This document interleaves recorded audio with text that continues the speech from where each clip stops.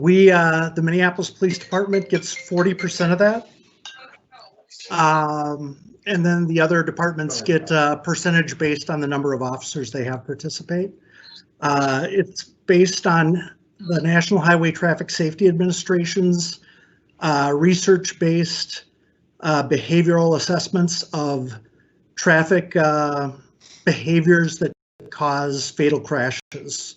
So basically it targets behaviors that cause fatal accidents, and those are impaired driving, distracted driving, speeding, and not wearing seatbelts. So all of the enforcement revolves around those items. And basically we go out, we actually conduct enforcement in all parts of Hennepin County, so it's not all in Minneapolis. And sometimes we do them as a team with other agencies. Does anybody have any questions that I can answer?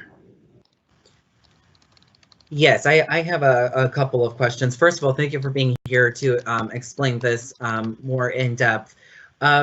So we have been told a few times from MPD officers and leadership that traffic enforcement is not happening right now. So how, so what does that mean for this? Because this is an ongoing grant. We've been getting this year after year. So we're accepting a continuation of a grant. And so how does this fit into that? And then secondly, is Minneapolis then doing traffic enforcement for all of Hennepin County? Is that what you just meant by what you said? So those two questions are what I've got. Thank you, Mr. Chairman. So this is regular officers on the street who show an interest. They have to receive additional training that the state requires and the federal government requires. Training that includes things like how to identify somebody that's impaired in driving, how to explain to somebody why a seatbelt is important. So Towards Zero Deaths is both enforcement and education. So they encourage us to, about half the time, give a warning instead of a ticket. And yes, we do enforcement all over Hennepin County, although for Minneapolis, I'd say 75% of our enforcement is inside the city. And we also bring other agencies inside the city to do enforcement. But we also go out to those other agencies as well. So officers who want to participate express an interest. We take a look and make sure that they're not, they don't have major disciplinary problems. They have to go through training, which includes about 5 additional classes, most of which can be taken online. And then they're put on the roster and they can choose shifts to work as overtime. So this is all overtime. Last year, we worked 1,147 hours of overtime on this. And for the overtime that was worked to actually implement the TZD program, has that data been gathered around the impact that it has had for us to be accepting these dollars and that overtime to be spent doing that as well? So has it been collected and has it been disaggregated by race and geography? We just got that put together yesterday, and I think the commander sent it by email today. Oh, the commander will fill you in on that. Okay, Mr. Chair. Chairman Cunningham, thank you for the question. I just want to mention that we have failed to gather and provide a breakdown of race data for this program. So I apologize. I take full responsibility. I had a conversation with you yesterday, and I can make a commitment that either on a monthly or quarterly basis, we will provide these reports.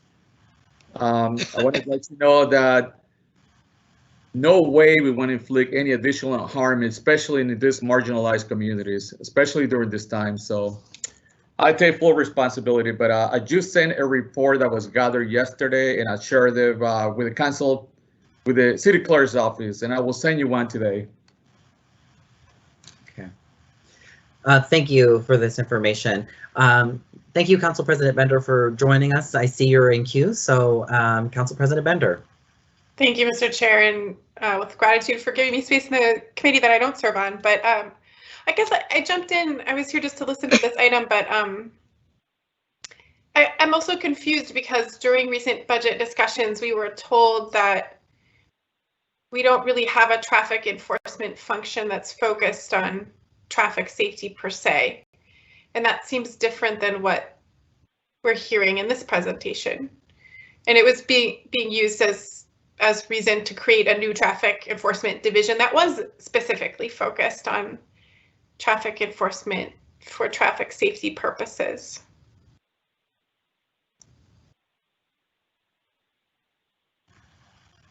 Is it possible to get some clarification on the difference of what we've heard that between that's not happened and we need this and what this grant is doing?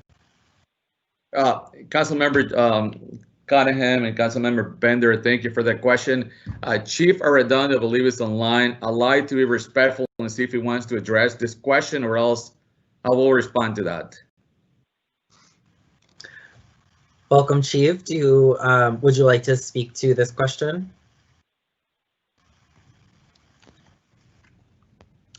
Good afternoon, Chair.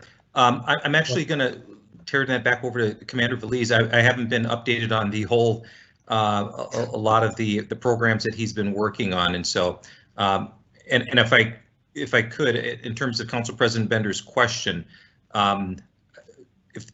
if she would not mind reframing that, and then I'll just lead it up to Commander Veliz too. There's a little confusion there. Thank you, Chief. Council President, would you like to maybe clarify what you meant? Sure, and I guess maybe I sound confused because I am confused so we had a budget proposal in the past to create a new traffic enforcement division, and we were told at the time that there wasn't traffic enforcement activity happening in Minneapolis specific to traffic safety, that it's more related to other kinds of safety. And so I guess I just wanting to understand how this grant fits in to that picture. Okay, thank you, Chair Cunningham and Council President Bender. So I certainly recall stating in several council hearings that because of resources, what our precinct inspectors have had to rely upon is trying to, when they can, when the time is available and they have the resource, to designate at least one officer to try to focus on some of the traffic pedestrian vehicle safety issues in a precinct. That has never really been able to be consistent, and again, it really just depends on each precinct inspector when they have the time and what have you. Clearly, over the last couple of years, all of our council members have had, I'm sure, to deal with the issues of 35W, the construction, increased congestion into the streets and roadways in the neighborhoods, and so that has been something that I've heard from many people. So yes, we still, when inspectors are able to have a squad car focus on some traffic issues, typically it's usually been in the daytime in precincts, they've been able to do that, but we have not been able to have a full-time traffic for pedestrian vehicle safety unit in quite some time. Historically, I believe the last time we had a Minneapolis Police Traffic Unit centralized function was probably 2012. I think it was deactivated in 2012. We still have a traffic team that is doing investigations after, for example, hit and runs, but so hopefully that clarifies some of that. And Commander Veliz, if in terms of your program.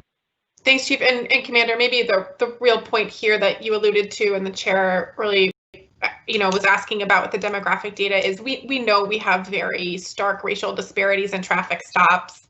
This grant isn't for a large sum of money.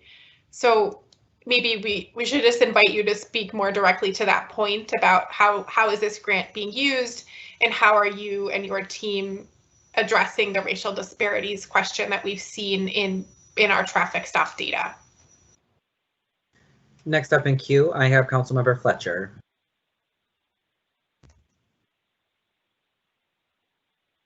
Thank you,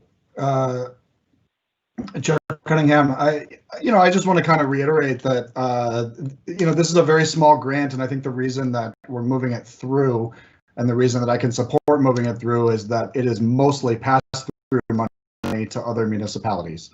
And so it's actually an extremely small grant. I'll just name that we have still not received responsive data to any of our concerns about why we have the disparities or how we're actually going to address the disparities in our own traffic enforcement practices. And so I would not support, without receiving a strategic plan that actually addressed the challenges that we've had with traffic enforcement in our city, anything that represented a significant increase. I think at the scale that this grant is operating, I think it is going to support us in some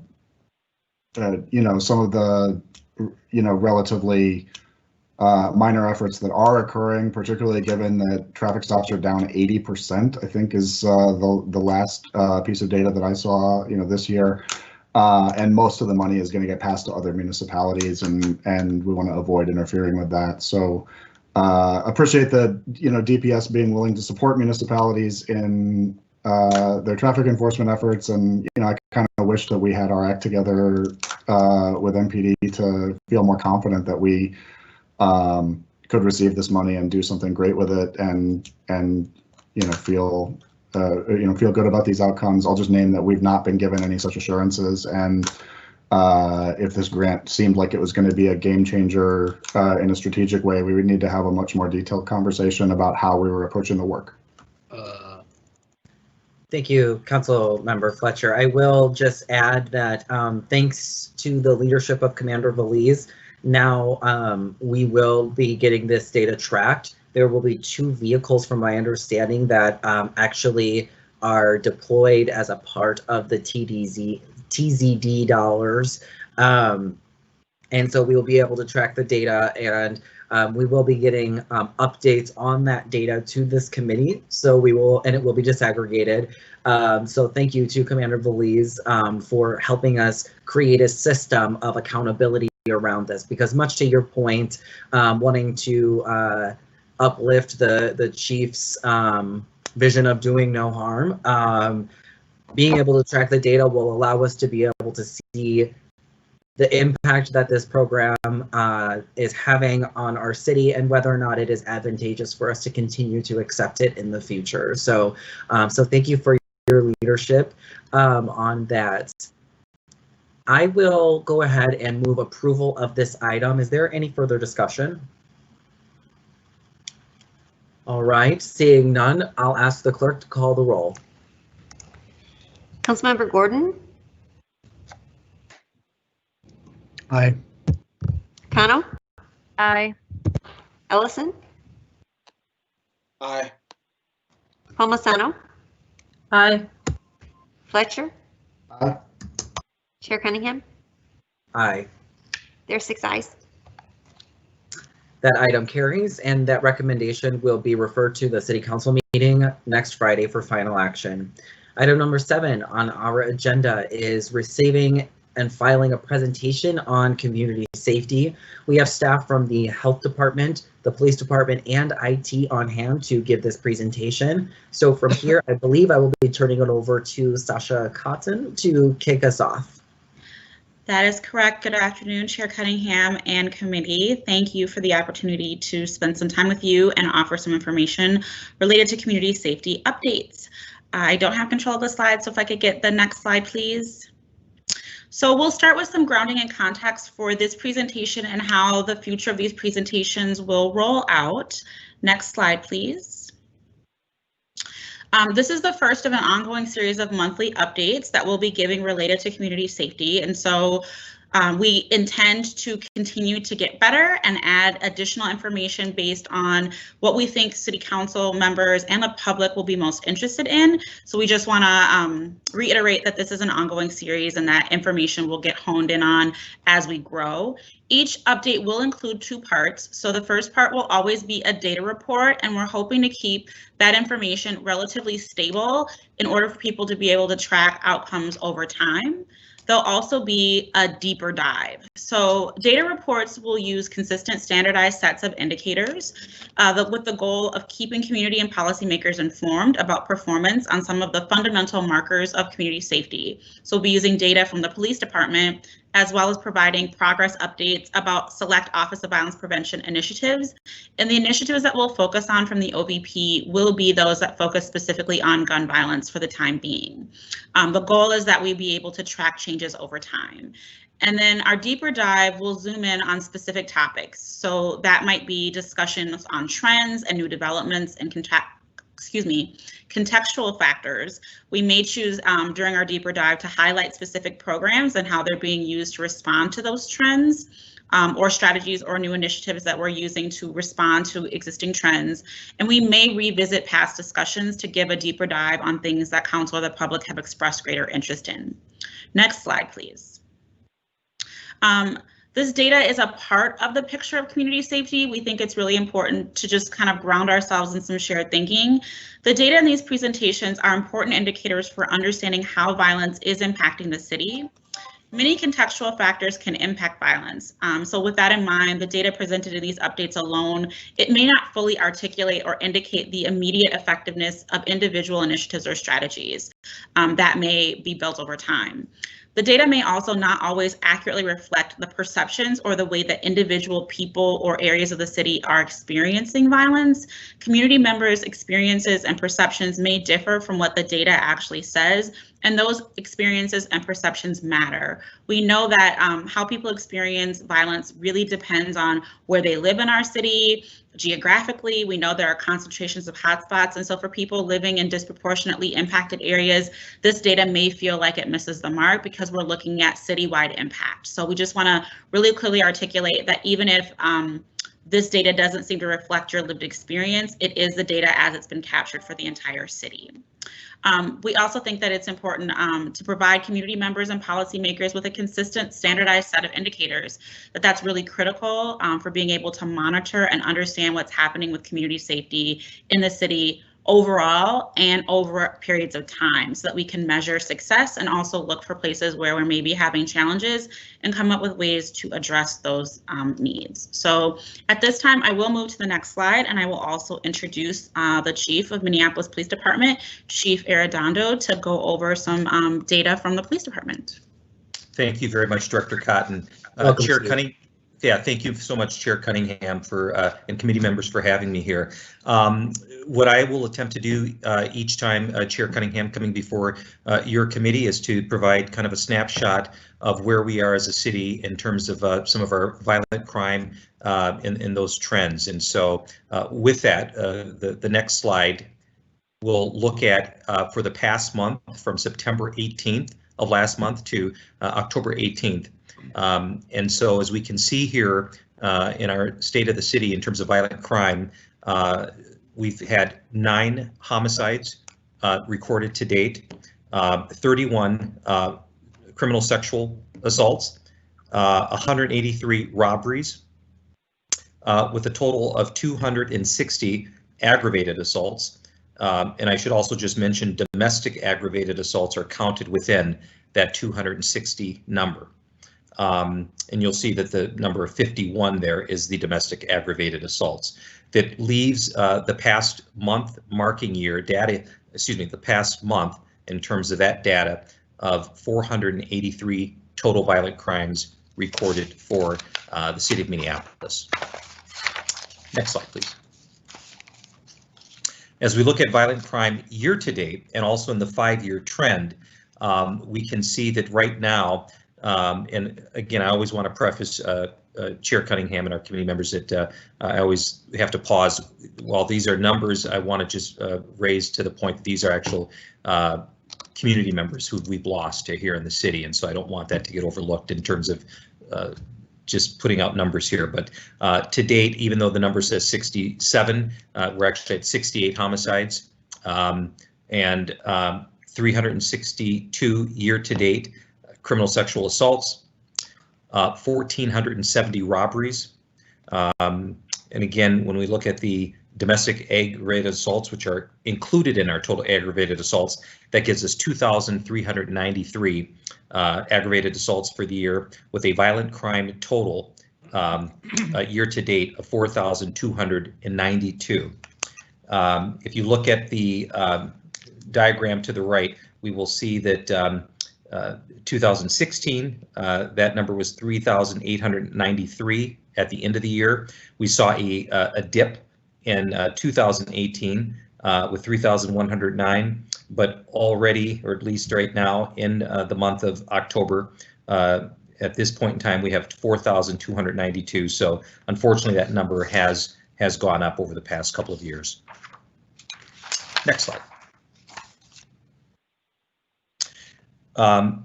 Snapshot of our Part 1 crimes that are tabulated, 9 homicides for this month from September 18th to October 17th.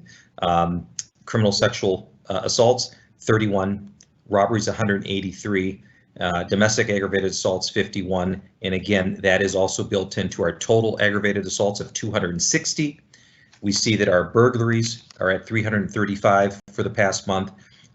Larcenies included in that, which also include theft from motor vehicles. And then we have auto thefts, 278. The theft from motor vehicles, by the way, is 610 on your slide, and 18 arsons.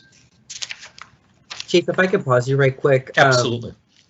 Can you, just for the public to be able to understand what Part 1 crimes include? Some of it's obvious, you know, homicide, sexual assault, but can you explain what is included in aggravated assaults and what does larceny mean? Chair Cunningham, committee members, thank you for that question. So for our city viewing audience, there are certain offenses, criminal offenses that we calculate, we record, we document. And so some of those Part 1 crimes are going to be listed as obviously our homicides, our criminal sexual assaults or rapes, our robberies, and domestic aggravated assaults. Larcenies would be theft, shoplifting. It would include those things. So when you see that number of 1,114, that could be reports of thefts from CVS, Walgreens, your local grocery store. And so those are, the larceny captures some of those types of crimes that occur in our community. We're also theft from motor vehicles. For example, if sometimes we have seen increases in theft from motor vehicles during the summertime, people are by the lakes, they're getting ready to go for a run. They will leave, sometimes expose their laptop case or their cell phone in the seat. Those who would try to commit those thefts will walk by, break into the car, and take that item. And so theft from motor vehicles are a part of that larceny number that we see listed there. So again, these are important for us to track. They are obviously usually on the threshold of crimes that occur in our city, more the priority types of crimes. And so we've been tracking these for many years. The FBI has a unified crime reporting system that for jurisdictions around the country to track certain things. The FBI, from a national standpoint, they want to be able to calculate what are the trends going on in our nation across the country. And so those would also include things like robberies and homicides and aggravated assaults and what have you. But for our purposes, Chair Cunningham, these are the things that we are tracking here locally here in Minneapolis, in our city.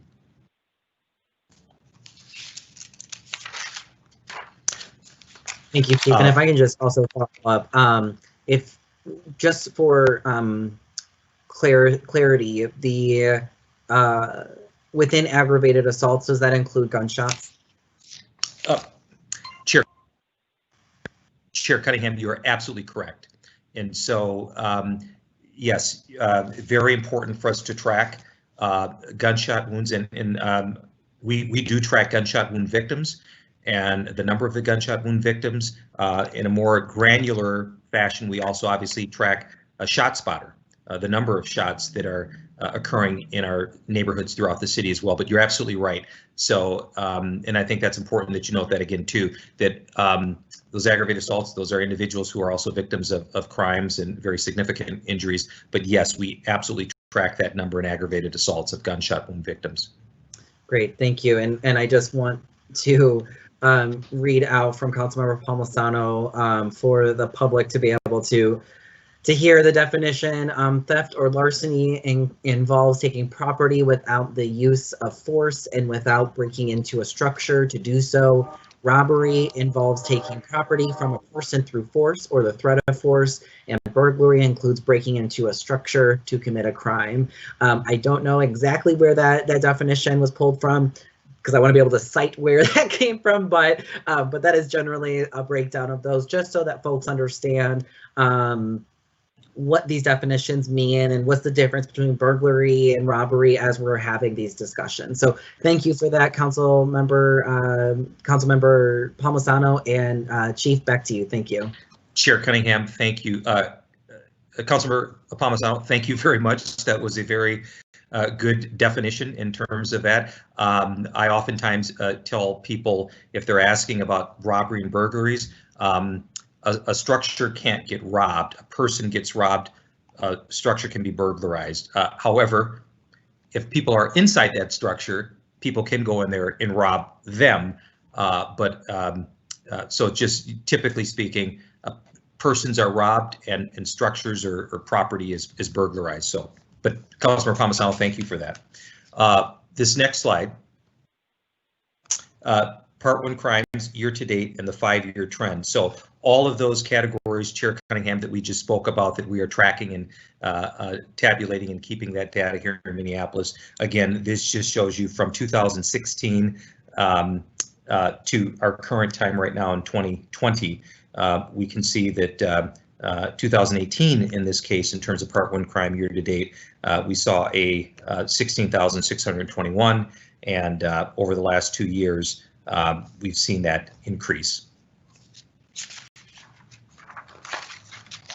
And Chair Cunningham, with that, committee members, I'll yield to Director Cotton and yourself. Thank you, Chief. Thank you, Chief. I will now do the slides for the Office of Violence Prevention's data dive. So next slide, please. I'm sorry, Director Cotton, I'm going to pause you right quick because it looks like we have a question or comment from Council President Bender. Thank you, Mr. Chair. It is for the Chief. Thank you so much for presenting this, and to you, Mr. Chair, for creating this opportunity in the committee. Chief, I wondered, we've been talking about this, but again, I think for the benefit of the public and my colleagues, I wonder about demographic data. So data from 2018 and other years shows pretty stark disparities in the impact of violent crime in particular. You gave a report to this committee in 2018, which had 80% of gun violence victims were Black, and something like 70% were aged 12 through 31. It sounds like those demographic shifts, that those numbers haven't really changed in 2020, that there may be some other shifts around the number of victims in each incident, perhaps some geographic shifts. But can you talk a bit more about the demographic piece of particularly the violent crime? Chair Cunningham, to Council President Bender, thank you. That is a very important question. And so, one of the things that is very important for chiefs and certainly investigators and our analysts to look at is associations and perhaps even causations, if we can drill down to that. Sadly, and I don't have the data going back for the last 10 years, but I would be surprised, sadly as well, that if the data showed anything different, the #1 demographic of our homicide victims in the city have predominantly been African Americans. So I should also say, when we talk about gun violence, those perpetrators have oftentimes demographically been overwhelmingly African Americans, and the victims of that violence has also been African Americans. I would say that in terms of gender, males have typically been a part of that. You mentioned the age category. I believe it's right around that age category. Typically, and I certainly have Director Cotton, who can also probably has the data right, but 17 to 25 has typically, we've seen that here. I have not, Council President Bender, I've not seen that particular demographic change very much in the past several years. So that that is the case. One of the things I will say, obviously, if you look at 2018 to 2020 in terms of that, where we had 16,000, now we're at 20,000. I would say, and matter of fact, some of the council members on here would say it has not been relegated to a certain quadrant of our city this past year. I think that we, in terms of violent crime, we have seen that throughout the city. And so that is something that I thought, I believe has been a little bit different than we've seen in the past. Typically, when we look at some of our violent crime, we have seen, unfortunately, disproportionate levels in our 4th precinct. We've seen that in our 3rd precinct. Sadly, this year, I mean, we've seen it all over this year, quite frankly. And so that demographic data is very important. But in terms of gun violence per se, the victimization of African Americans in the city, that hasn't changed a whole lot in terms of what I've seen. And I would say that that's been usually in the upper 80 percentile or close to 90. Thank you, Chief. And Yes. and I have asked for some more of that detail around geography too, because I really take to heart that piece about how do we understand both those systemic patterns that we've seen for decades, as well as any shifts that might be happening from the pandemic and other issues. And I feel like I want to clarify, just so it's clear, that I am asking because I want to make sure that we're giving you the support that you need and the support that Dr. Cotton needs to prioritize resources to keep our young people safe. And I know my colleagues, have felt frustrated, and members of our community have felt frustrated in the past, I think fairly, that maybe we haven't been as explicit as we need to be about that being a priority. So I ask with that in mind and appreciate your answer and your work. Chair Cunningham, Council President Bender, thank you. I know that Commander Case and our analysts, they're looking at preparing a deeper dive in terms of the demographic data questions, important questions that you've been raising here. But yeah, that is, if we look just at the gun violence in terms of the demographics that we've seen over the years, yes, it's impacted disproportionately African Americans over the last several years. Yes, thank you for naming that. I think that that's an important component for us to name. Chief, I'm curious, when we look at the numbers, so for example, it's a terrible example, but I feel like it's worth naming. I have a 17-year-old in my ward who's still alive, but has been shot 3 separate times this summer. Does that count as 3 separate incidents? Bad things. Chair Cunningham, to your question, and that is very tragic that young person has been traumatized and wounded by gun violence, yes. Not just once, but 3 separate times. So, so yes, if that gun violence occurred to that young person on 3 different occasions, yes, that will be counted separately. One of the other things that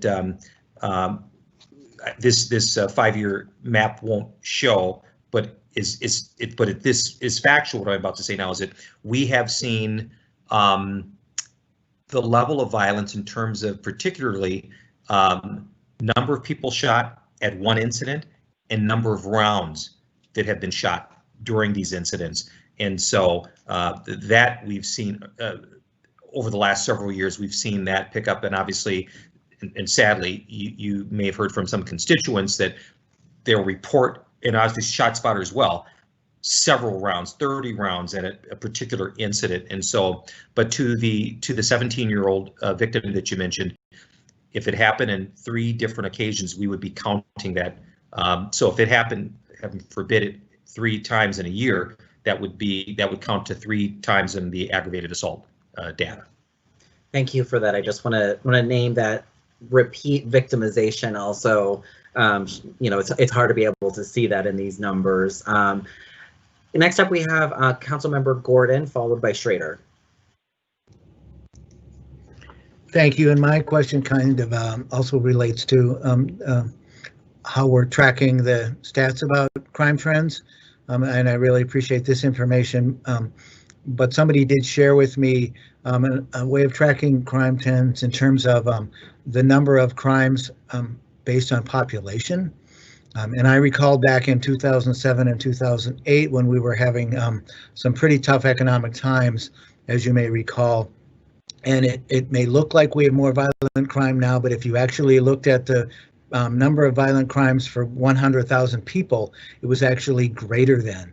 So I don't know really how the data experts would display that or look at that, but just looking at the number of crimes sometimes doesn't tell the whole story, especially if the population has grown dramatically, if you understand what I'm saying. So that's just something to kind of put in the future as some kind of point of reference. And I know that there are, I was given a website about macro trends, .net, and who has the trends for these cities, and that's where this information was provided. So it is out there and people do have it. I thought I'd put that out there. So to help us think about it better and understand really where we are at compared to what, you don't necessarily need to respond, but that's something to think about as we think about and try to measure and compare year upon year crime trends to understand better what it means and how significant it is. Thank you, Councilmember Gordon. Did you want to say anything, Chief, to that? Chair Cunningham, to Councilmember Gordon, he's absolutely right. There are ways that you can, some cities compare population of crime, Part 1 crimes, or UCR to other city populations, and so yeah, I know that there's ways to capture that. Yes. Okay, thank you. Welcome, Councilmember Schrader. You're up. Oh, thank you, Chair Cunningham, and thank you, Chief, for being here. I'm happy to be here. That this is going to be more of a regular kind of check-in, and really appreciate you doing that. I did want to go back to something the council president mentioned. She had mentioned a report that you gave to the council, and if you go back to that report on gun violence, there was a lot of the information that frankly I've been asking for months. So I think going forward, as you're doing these reports, it's helpful to see, like in that report, it had kind of a heat map of where you were seeing more and more incidents, and just to be able to see what part of the city it is. And I completely agree. You know, we're seeing violence throughout the city. We're seeing it in Ward 11 like we haven't seen before. But to put that in context of the places and the kind of where that's happening and how much is happening, because I mean anyone that lives in the neighborhood down here can tell you where those spots are. And I'm looking for that information to get back to kind of my greater question of, what is the strategy of MPD to address these crimes? If you are without a map, the question is, are you not prioritizing certain areas? Are you not prioritizing certain hotspots? Are you doing a general citywide? And if so, why? But if you are prioritizing, having that data, those are the questions my constituents are asking, is like, why aren't you prioritizing? Why down here, are you looking at 48th and Chicago? Are you looking at spots that are continually getting hit? And that's the kind of information that would be helpful. I really appreciate this deeper dive, but I think asking other areas, other things about, how many guns have you recovered, arrests, anything that's going to really show what strategies you've had and implemented in the last couple of weeks, and the effects would really be helpful. Yeah, Chair Cunningham, Councilmember Schrader, thank you for that. So one of the things, and I'm sure at some point our wonderful Director of IT, Director Fadhil will talk, but one of the things that we're trying to do, which I think would be very helpful universally for all of our council members, is that we have a one-stop place to get that type of data that you're talking about.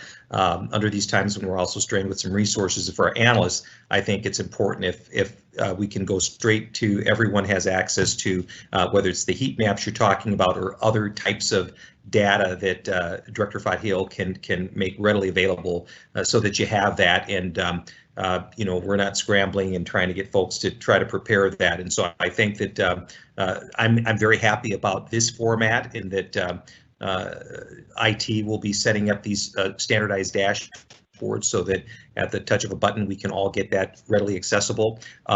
Also, I believe, Councilmember Schrader, to your question, the bi-monthly inspectors reports that will look at crime trends and strategies that each of our council members will get to. So hopefully that information on a regular basis will help get that information to your constituents, and through the data, through those crime strategies and trends, we'll be able to help answer those questions that you have.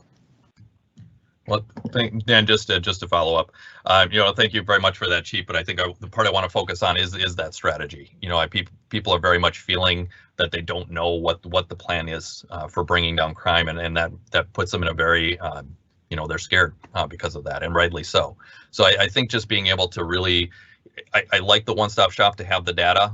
We all need that to really be able to, thoughtfully analyze things. But what's really missing, and I want to be very clear about that, is what the strategy is, whether things were changed or whether things were per patrols or anything else that you're doing. I think that type of thing would be helpful to show, because people are just they're not seeing it. So that being able to say this is what happened is going to be really important. Yeah, Chair Cunningham, to Councilmember Schrader, I hear you. Strategies change quite frequently. No precinct is the same, but I'll work with our inspectors to see if there's a way to try to see if there's a way to capture some of that, and if we can try to build it into the format here with Director Fahil, so that again, our elected officials and the general public can kind of see that. I'll have to work with our IT person and talk with our inspector to see if there's a way to try to capture that. Well, and thank you, Chief, and I'll keep working with you as well to make sure we get something that's more helpful. Chief, I was just going to ask, thank you for that information. Thank you for those questions, Councilmember Schrader. Will there be any discussion about what how MPD is responding to the statistics we just saw, or are we just talking today about what the Office of Violence Prevention is doing in response? I just haven't had a chance to see this presentation before, so I'm sorry to be asking about what's coming up, but I just wanted to double check to see if that will be there. Yeah, Chair Cunningham, to your question. So as we were kind of mapping out and planning this presentation through Director Cotton and our folks, we were trying to establish what the format would type of be. So I had not thought of that for this format right here, but it's something we can certainly obviously discuss. Great. Yeah, the standardized questions are, what are the crime statistics and what is the city doing in response to it? So so it would be helpful for us to, this is really the space for us to have that conversation around what is happening, how is MPD collaborating with OVP or community members, what strategies are being deployed to address the issues that we're seeing in the data. For example, there were kind of a lot of arsons in those numbers. So I was just kind of seeing that, are we doing anything about that?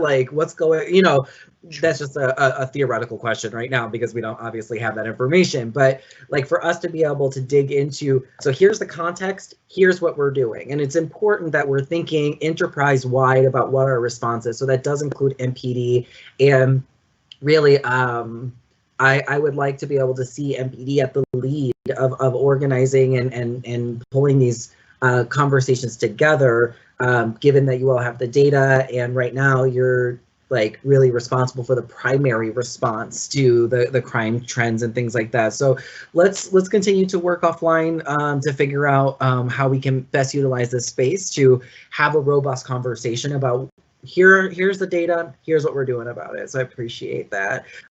Next up, we have Councilmember Fletcher. Thank you, Chair Cunningham, and thank you, Chief, for this. I know this is the first presentation, so we're kind of level setting, and so I just want to provide the feedback just to echo what Chair Cunningham mentioned, that what we're really hoping for here, I appreciate the data, and it's very important to have metrics and to be able to measure how things are going and to name clearly what the problem is, to make sure that we're all confronting the same reality and the same statistics and working off of the same factual information about crime. So that is important. But I also want to name that this is all data that everybody could have already pulled from the crime statistics website. And in fact, we're going to get a presentation about a much improved data dashboard later in this meeting. And so my hope is that our meetings with you are a chance to hear about what are your strategies to respond to this data. We want to hear the analysis, we want to hear the leadership, and not just a recitation of the data. And so I think it's very important for everybody to feel confident in our public safety approach as a city, that they hear the leaders of our public safety programming going way beyond the data that everybody could pull up at their fingertips, and actually articulating a strategy for what we're doing to address the trends that we're seeing. So I just want to really emphasize that as we move in these conversations, I really appreciate you coming in, and I think it's very important that we get to a place where we can almost assume I think we can kind of go through the data very quickly, because I think we can assume that everybody is tracking this, right? I certainly look at these dashboards fairly frequently in preparation for any number of meetings over the course of the month, and I think people know that crime is happening, and they have access to this. So let's make sure that we get access to what we don't have access to, which is your strategic thinking and your analysis and your leadership when we have opportunities to bring you into these meetings. So that's how I really hope that we can frame future presentations. Great. Thank you, Chief. That's all we have in our queue right now. So thank you so much. Next up, we will welcome back Director Sasha Cotton to give us an update on how the Office of Violence Prevention programming is going in response to the challenges that we are seeing in our city. Thank you. Thank you, Chair Cunningham. Committee, we will do, like I said earlier, a high-level overview of our 3 programs that focus most on gun violence. So we'll start with Next Step. Next Step is our hospital-based program in partnership with Hennepin Healthcare and North Memorial. It is currently staffed with 4 full-time case managers and 6 responders. Full-time case managers are those who are working on an ongoing basis with clients and providing those full wraparound services.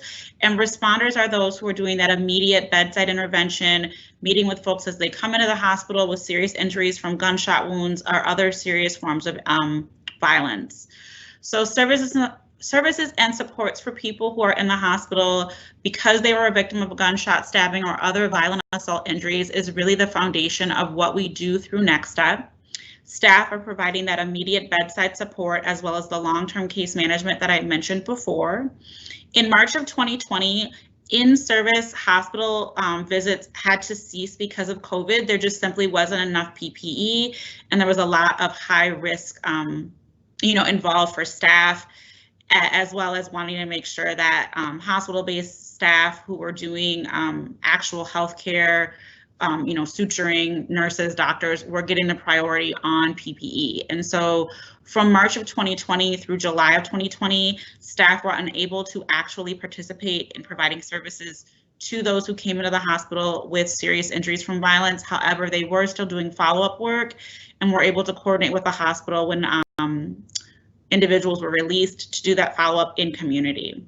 In September of 2020, Next Step received a short-term coronavirus relief funding from the State Department of Justice, and those funds are really focused on emergency housing as well as energy assistance and other bills, food security, and technology and educational needs, particularly related to young people, and then being able to access in-home educational resources with COVID not having people be in school. And so in response to the violence, this application for additional services was applied for and sought so that we could provide a more robust amount of services to clients as a result of the intersection of the increased violence and COVID.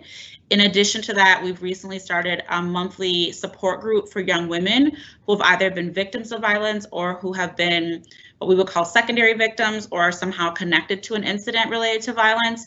We recognize that that trauma is really running deep, and we're seeing higher numbers of young women involved in shootings or being at the scene of shootings and having that residual violence or trauma from the violence. And so we've started a monthly group for young women and girls for that very reason, with knowing that there's so much more exposure with the increase in violence. And that group is open to the general public, so it's not just for clients of Next Step, but is really designed to be a community-based response to ensure that people who need some additional support are able to get it through the program. Year to date, Next Step has served 128 individuals, and from July 1st through September 30th, which was sort of the period that we were able to capture the most recent data that's been, garnered, we've served 48 new clients through the Next Step program. So those numbers remain relatively high compared to past years. Given the influx in gun violence that we've seen this year, these numbers are quite a bit higher than what we would expect on an average year. Next slide, please. Project Life, the group violence intervention, also known affectionately known as Project Life, standard terminology, group violence intervention, or GVI, is an evidence-based approach that relies on a partnership between community members, social service providers, and law enforcement. Our key law enforcement partner on this project is MPD. We work together to address the action of gangs and group members most responsible for driving serious violence. And we should add that when we say serious violence, we really are talking about shootings and homicides. We do look at some peripheral other ways that violence shows up, but it really is a gun violence initiative. Approaches include moral engagement. That is really reminding people that gun violence is not okay. That sounds like a really simple thing, but it's an important reminder. A legitimate and credible offer of support and services for those wishing to make changes. Again, it's really important that we be able to put our money where our mouth is and that we have robust opportunities for service provision to help people who are serious about making changes in their lives. And legitimate legal consequences have to be on the table for people who refuse to stop the violence. So that is where our law enforcement partnership is very important. Service delivery did not stop due to COVID-19. However, it did have to morph pretty significantly. Again, there were issues related to PPE and being able to figure out early on in COVID what was safe to actually do in person. We had a number of conversations, both in public health as well as directly with those who were providing the services, to assess what safety would look like. Our focus really shifted away from that high level focus on enforcement and towards addressing those most basic needs. We had a lot of our clients who lost employment as a result of COVID because they were working in warehouses and other places that were either closed or significantly lost staff as a result of the pandemic. Our focus has remained, however, on providing services that focus on keeping people safe, alive, and free throughout the duration. We did have to cease our call-ins, which we would normally be doing on a quarterly basis with individuals to alert them to our concerns related to the violence and notify them of the potential consequences, as well as the services that were available to them. This year, as a result of COVID, we just can't convene the number of people in one space to do a call-in. So we relied really heavily on custom notifications, which deliver the same kind of message, but on a one-to-one basis with individual clients or potential clients who we believe are at high risk of being the next perpetrator or victim of a shooting. During 2020, Project Life has been able to assist 11 participants with securing long-term housing.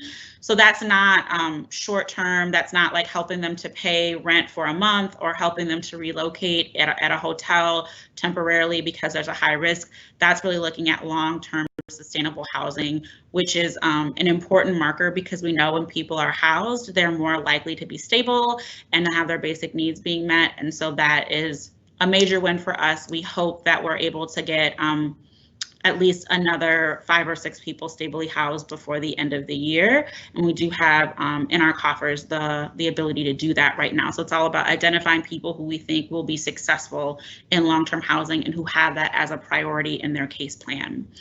Year to date, GVI has served 71 individual clients, and as you can see, participants served in September represent a really high volume, almost over half the number of people that we've served year to date. And so what we've seen in GVI is over the last several months, a real uptick in new clients. The numbers here don't necessarily reflect the returning clients. So GVI is a program where we never close the door on people. And what we've seen is people who were registered in 2018 or 2019 into the program coming back. Maybe we haven't heard from them in a while. Either they were doing well and really didn't need the amount of support that they had previously needed from us, or they sort of fell off the rosters, and maybe that was because they found themselves getting back into trouble. But we've seen a number of those people, excuse me, resurface since July. And we think, as we've talked with them, that that's a result both of COVID and the outcomes of the pandemic, really putting people in precarious situations related to housing and food security and other high risk, needs, as well as people really feeling like they want to get some relief from the insurmountable violence that we've seen and feeling like they need some help and support to avoid going back down a path that involves violence. And so we're grateful that we're still able to provide services and recognize that there's an even deeper need as the violence has gotten more intense for clients who struggle with that. We do really think about GVI as a form of recovery, much like AA, that it's a journey and people are going to be on and off of that path sometimes for a period of time. And we're grateful that we have a path for them to get back on, to provide them with real resources and support. And so I will go to the next slide. And the last program we'll be providing some regular updates on is our Minneapolis Strategic Outreach Initiative, which is our newest initiative that really just got started in the last several weeks. It's all about trusted community members who are working as outreach workers in neighborhoods that have been specifically identified to have high rates of shootings and gang violence. Their focus is to detect potentially violent situations and use informal mediation, non-physical conflict resolution, and their expertise as folks from community to de-escalate violence before it gets started and to try to mitigate conflict. This pilot phase launched in North and South Minneapolis in fall of 2020. The pilot was intended to be timely and a visible, positive, and peaceful presence in communities in the face of the immediate concerns around violence. So as we talked about, we've seen significant upticks this year, particularly over the course of the summer and fall related to gun violence. And we thought that this would be a really useful way to put more boots on the ground and get a visible presence to help manage and address some of the gun violence that we've seen this year. The pilot was also intended to generate information and insights into what a longer term project could look like. As a part of that, we intend to engage with experts for technical assistance. So we're in negotiations right now with Cure Violence International. We expect that they will be coming to the Twin Cities in early November to do an initial site visit and evaluation. That would be meetings with City Council, community stakeholders, law enforcement, and other key partners to help us design a longer term strategy and to develop some monitoring and evaluation strategies so that we can really measure success for this model in a more long-term way after the pilot has ended. And with that, I will pause and see if there are any questions about these slides. Are there any questions related to these slides from my colleagues? All right. Well, thank you, Chair. If there are no additional questions, I will pass it on to the Director of IT to start a presentation about the new dashboard. Great, thank you. I do just want to say thank you for your leadership. It wasn't mentioned, but you're actually out of the country right now, enjoying your birthday. So thank you for still taking the time to plug in with us and to do your work. Your leadership has been so critical throughout these challenging times. So thank you for continuously showing up. Thank you, Chair, and thank you to all the council members. We so greatly appreciate the continued support that we've received from council and the partnership with MPD, as well as others in the enterprise on quickly rolling out some of these new strategies to get a better handle on violence, hopefully moving forward in our city. So thank you for that, those kind of words. Of course. So next up, we do have our Director of IT here. to be able to talk about an exciting new development. So, Fadi Fahil, if you want to get us started, the floor is yours. All right, Chair Cunningham, members of the committee, we are very excited today to bring you a product and a new capability that we have been working on for a while, and we have been looking for the first possible opportunity to bring this to the floor, and this is why we are here today to reveal this product and new capability. And next slide. In fact, this meeting could not be more fitting for this conversation, given the criticality of this topic and the need to pick up the pace and accelerate the work. And this is where technology can be a game changer. And looking at data as a resource to have reliable, consumable, and accessible anytime, anywhere data in the hands of the decision makers and the hands of the public, to be able to have the awareness, look at the trends, have the follow-up questions, and just accelerate all the back and forth in consuming the data. Next slide, please.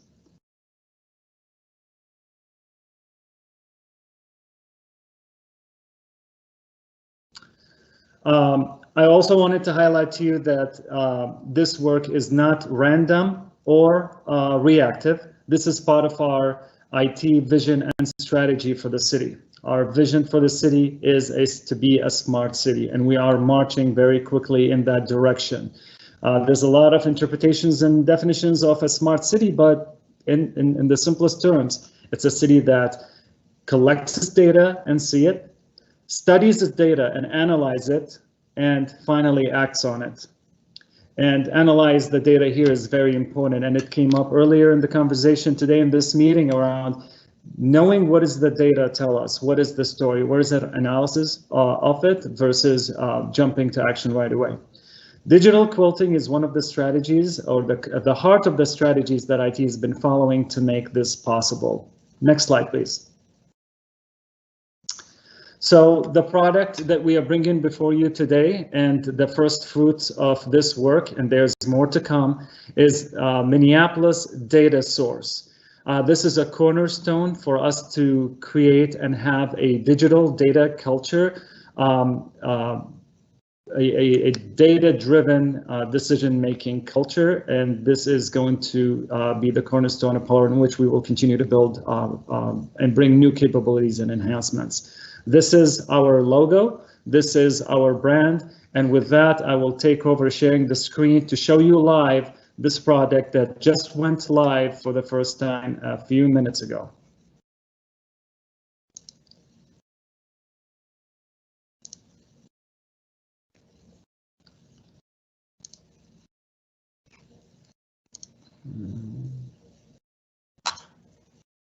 Okay.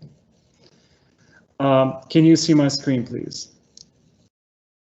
Okay, so right now I am at the new city's homepage of our new website, and I'm going to scroll down, and here you see it, Minneapolis Data Source. Okay, this is the homepage of the Minneapolis Data Source. I'm going to give you a walkthrough of its capabilities and how to use some of these features. This is where we set the stage. At the homepage, we'll always have a featured dashboard, and we will have the capabilities to have accessible format. Today's featured dashboard is a COVID-19 related dashboard. For every dashboard, I can go in. Before you begin, it's going to give you some guidelines around how to use the dashboard, give you some contextual information, possibly some terminology, or what does how does the dashboard work, how often the data is updated, and so forth. Back to the dashboard. Also, I can view it in full screen, or I can view it within the tool itself. These dashboards are interactive, and they are reading the data right from the Data Analytics Hub and it's reacting to your clicks. So as you are clicking around, there's always, every time you hover, there's more information, and it reacts to live to your clicks. And if you are seeking trends or looking for subsequent answers to a question that you visited the data dashboard or the data source to get the answers for. I'm going to go back here to the home page. We have the search capability here, and as you can see, the dashboards have been currently, this is a version 1, this is V1 of this release. There's a lot of opportunity for enhancements and adding a lot more to it, but we have them classified under these current 4 buckets, and it's growing. Let me show you the search capabilities here. I get to search by title, I get to search by the department involved, and I get to search by the type of topic. I can also look at the topic and look at the department involved and highlight 2 or more. But for the purpose of this presentation, I'm going to zero the search and apply. And as you can see, we have 41 dashboards included in this release, covering the 4 different categories. I'm just going to highlight some of those. When I clicked on public health, immediately it does the filtering for me. I have 6 results. And I'm scrolling here so you can see the outdoor air quality, COVID dashboard, air quality, small business loans, health and inspection lookups, and community garden dashboards. I'm going to jump here to elections. We have 8 dashboards here, and 2020 was 6 special elections, 2017 mayor elections, and you can just scroll down and see all these options that you can click through. And I'm going to click on housing and development, and we have 9 results. Again, I will be featuring some dashboards for you, highlighting some of them today, but for our audience here, these are all interactive dashboards. So as you go through them, feel free to click around, feel free to change the filters, and it will react to your mouse clicks. And for those who just want to explore the tool, as I said earlier, we have 41 dashboards included, and as you scroll down, it gets up to 4 pages now and growing. All right, now I'm going to go to community safety. So I clicked here and I have 11 results, 11 dashboards. So I'm going to feature some for you here. First dashboard I'm going to feature is the use of force dashboard. So I'm going to go here and click on the dashboard. Loading. And here we go. You have a bit of narrative at the top, and this will continue to grow and will continue to be added more information to it. You have the drop down to select the location. Right now I have it set to citywide. I can also select a date range, and I'm going to stretch that date range all the way through. So now it's connecting, getting the information, running queries, running algorithms, and it just brought year 2020. You'll also see that sometimes the colors will change. So if it's an increase, it goes into orange instead of blue. As I hover, it can read and sometimes give you even more analysis of the data. The box in the blue here gives you a bit more narrative, more information, more percentages, and different ways of sharing the data, showing the data.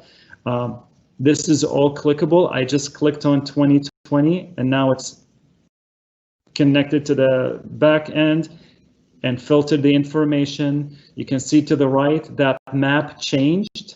I can hover through it. Every time you hover, it gives you different information. It tells you what you're looking at. You can zoom in, you can zoom out. And right below that, it shows you the reportable type and action. This is all clickable. These are all filters. And even within this graph, as you can see, I am I can click around.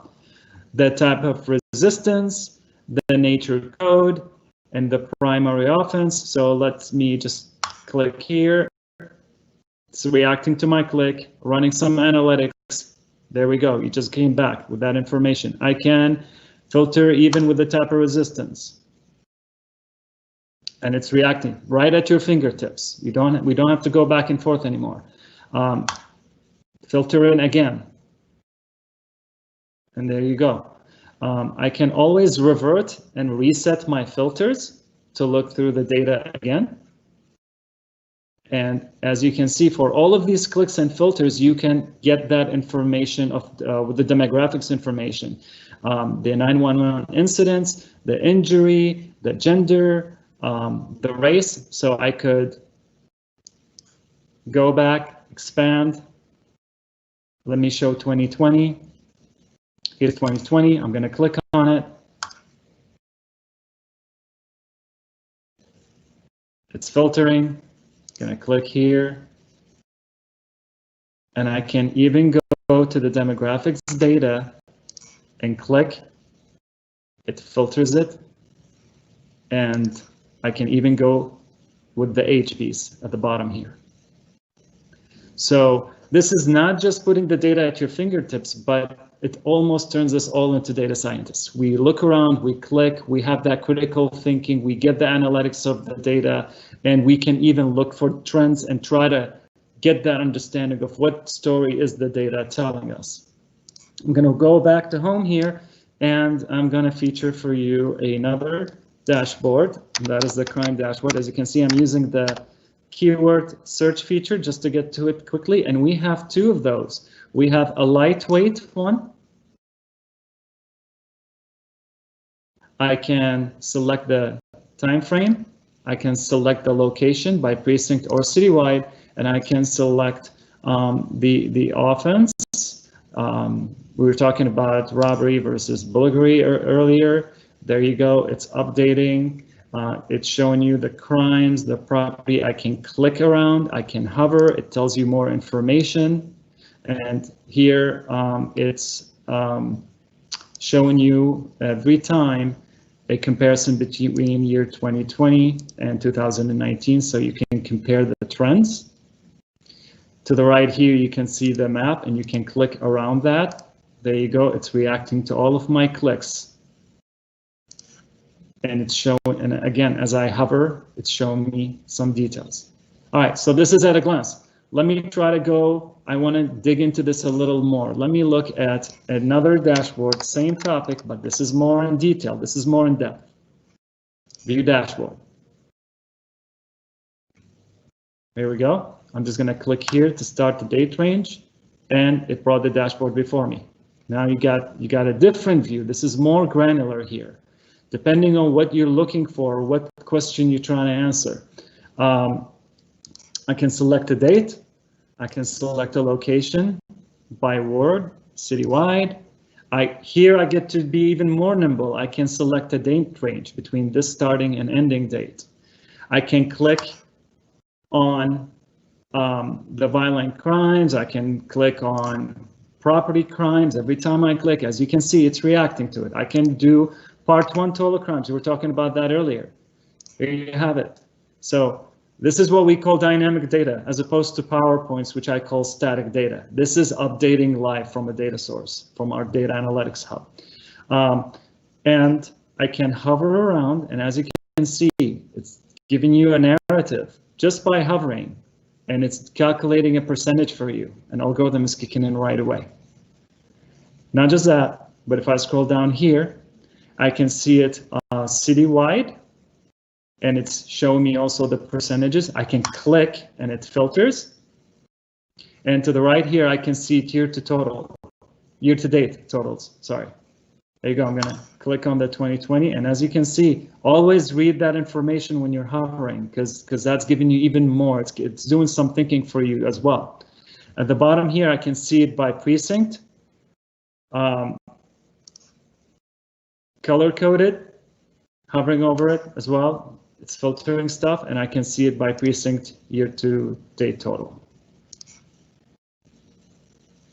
And as you can see here, you can also download it. You can take a snapshot of it. All right, I'm gonna share here the fact that we know one of the elements that is most important for us to make the data consumable and usable and useful and meaningful is to have the demographics data.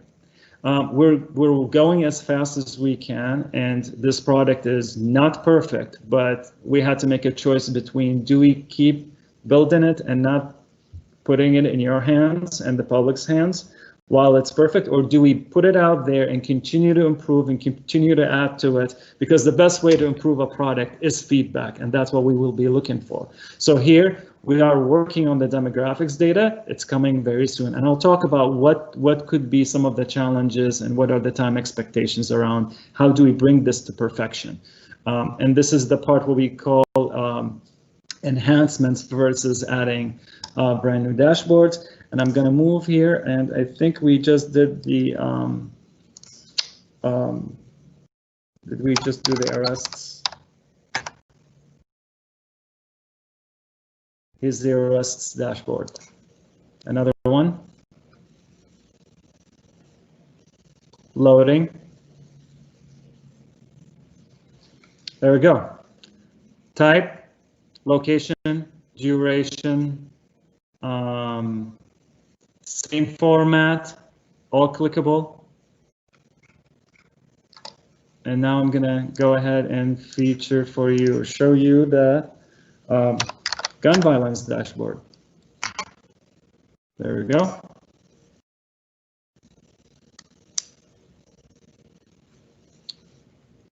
Let me just go full screen here. It opens it in a different tab.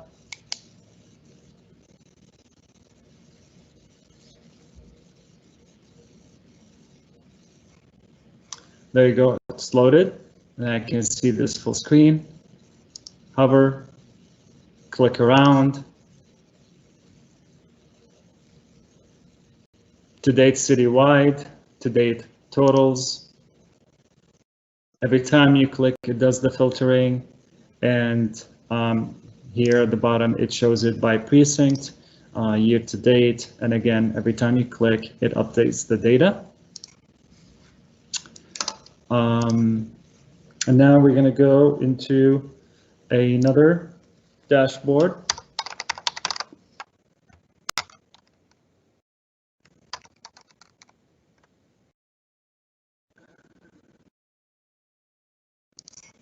Officer involved shooting dashboard. Again, the format is remains the same. The box on the blue to the left gives you some narrative, gives you some information.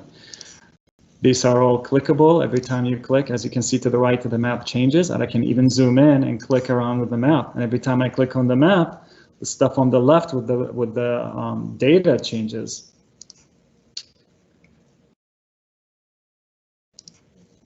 Subject weapon, injuries, officer injury. This one has the demographics. I can see it by age. I can see it by years of service for the officer. I can see it by the gender. I can see it by the race. And also more coming your way. There's also some additional dashboards we're working on around 911 and calls for service. I'm gonna go back here to finishing our presentation here. So that was the demo, and I'm sure there's a lot of questions about it. We know it's far from perfect. There's a lot of things that could use enhancements, but again, this is the first step for us to accelerate this work and really leverage technology as a game changer. They say you got to walk before you run. Today we're just running. We started running. So what happens next? So right now, as of before today, the way we handle data needs is through this path, number 2, and that is what we call static. We have a data need, It goes to the subject matter experts, it goes back, and then we have a subsequent question. We have to go back and get that information and whatnot. Today, starting today, from now on, data needs go directly to the data source. That is your first step. You get your dynamic data there, you get your answers there, and boom, we're back. We start analyzing the data and take action. If it's not there, then we go to step 2, which is the static format. So we do not want this dashboard, we do not want this tool data source to slow down the work, but rather accelerate it more than it is today. So if it's something, a dashboard doesn't exist, we go to that second route and work with the static data. That's the PowerPoint format to get to keep pushing forward. And while we do that, there's constant automation to add more dashboards to the data source. So our goal here is to never need to use that route number 2 in the future, and everything is here. So what is a continual improvement service for the Minneapolis data source? It's basically enhance the existing dashboards and of course adding new. The key to success here is focus, alignment, and prioritization. So this tool continue to move forward at the speed we'd like to see it moving. With that, before I stand for questions, I would like to recognize some of the rock stars in the city that have been behind this work and have been able to make it possible. This type of work does not happen overnight. There's been a lot of work put together from IT. I want to highlight Eero Kilkson, our Director of IT Data Services, Gina Filigensi, the Director of Customer Services and Relationships, and Dana Naibo, the Deputy Director of IT Customer Services and Relations, who is joining us from Minneapolis Public Schools, where he made a whole host of amazing things happen. Of course, I would love to also thank and highlight our subject matter experts in departments that we work with them, engage with them, listen to what the issues are, put our heads together and found ways to make this possible. And with that, I stand for questions. Wow, what a wonderful presentation. Thank you so much for this presentation. I will open it up for any discussions of my colleagues. Councilmember Fletcher. I just want to echo Chair Cunningham's enthusiasm for this work. I think it's really, really exciting. People have been asking for this for a long time. I think we are in an era of sometimes on social media rumors and misinformation, and I think sometimes people sometimes feel like we're trying to hide things too, and I think it's very important. You know, I have people, if they don't see me communicating in one particular way, people think that I somehow don't want to talk about crime, and I think it's actually very important for us as a city to talk about the facts and to get the feedbacks, to get the facts out as much as we can, and to get everybody on the same page about what reality looks like, so that then we can start talking about strategy and start doing the analysis around what do we do about it. So having these tools so that everybody can form their own conclusions based on the same set of facts is game-changing for our city, and I think I can't say enough how important it is that we have these tools, and that the city staff and the IT department are innovating, and that all the department heads who are working with them are putting in the work to get access to this data. I'm just really appreciative of it, and I'm really excited to see what feedback we are going to get, what ideas we're going to get from our residents who start using this stuff, because everybody's going to start poking around and they're going to find that they can't quite find the thing that they want, and we're going to hear great ideas, I think, back about what they wish it had and where we should go next. And I think that process is going to be really exciting and is going to get us to a really great place where everybody has access to what's happening in our city. So thank you. Thank you, Councilmember Fletcher. Council President Bender. Thank you, Mr. Chair, and thank you so much to IT. This is quite amazing, and I think folks don't realize how hard it can be for council members to get publicly accessible data for one reason or another. And to your point, taking staff time to provide static data sets and pull data. And I think when we ask for information, staff want to give us, a PowerPoint, like a very detailed analysis with lots of time. And sometimes maybe we just need some trend data or to quickly answer a question or dig into a trend or whatever. So anyway, it's deeply appreciated for us as well as the public. I know we talked a bit about next steps, and I did want to mention that I think it makes sense to have a higher level overview of this vision that you've referenced at our POGO meeting, along with a version of this presentation. And then I think there will likely be a lot of demand for additional data sets. And we've talked about adding demographic data. It's a stated policy priority of our city to have aggregated data by race and ethnicity.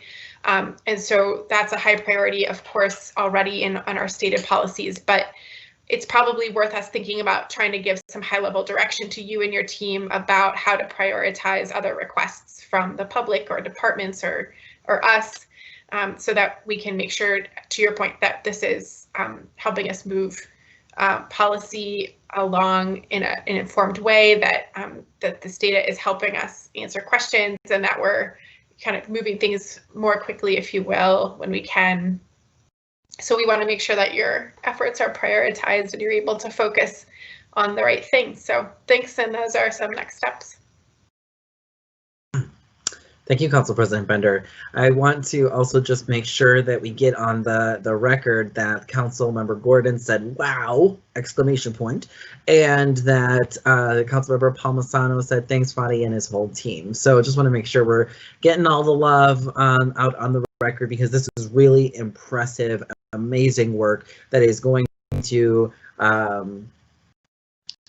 really be able to shift the way that we engage in the work. It is incredibly important for us to be making data-driven decisions, and this is a way for us to be able to streamline that process. So thank you, thank you, thank you. Fadi, did you want to, or Director, did you want to add anything else? Yes. Again, thank you, Chair Cunningham, members of the committee. We are as excited, and NIT here was saying we're just getting started, so stay tuned. This is only going to get better. I do want to highlight something I forgot to mention, when that is feedback and feedback mechanisms, and those are being built. We're actually, I can anticipate the overwhelming feedback on all the opportunities of improvement that we should capitalize on. So we're actually building a capability using data intelligence to synthesize this information and get a good sense of the trends. So we're applying that same data science into solving a big piece here around the feedback. And again, thank you very much. Thank you. Is there any other discussion? All right. Thank you so much. Really fantastic work, phenomenal development. So thank you. Seeing no further discussion, I will direct the clerk to file that report.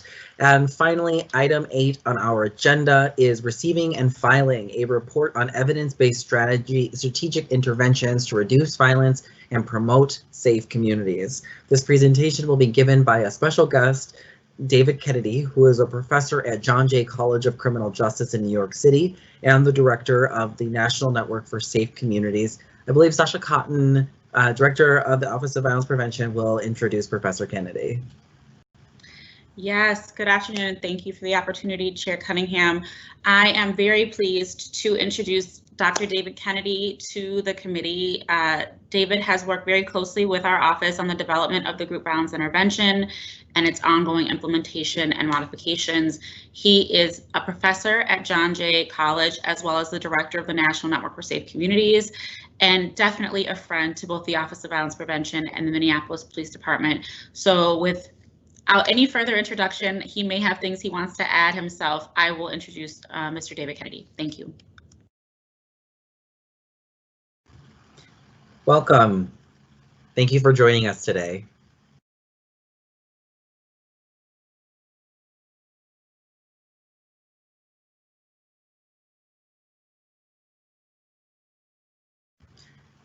You may still be muted, Professor.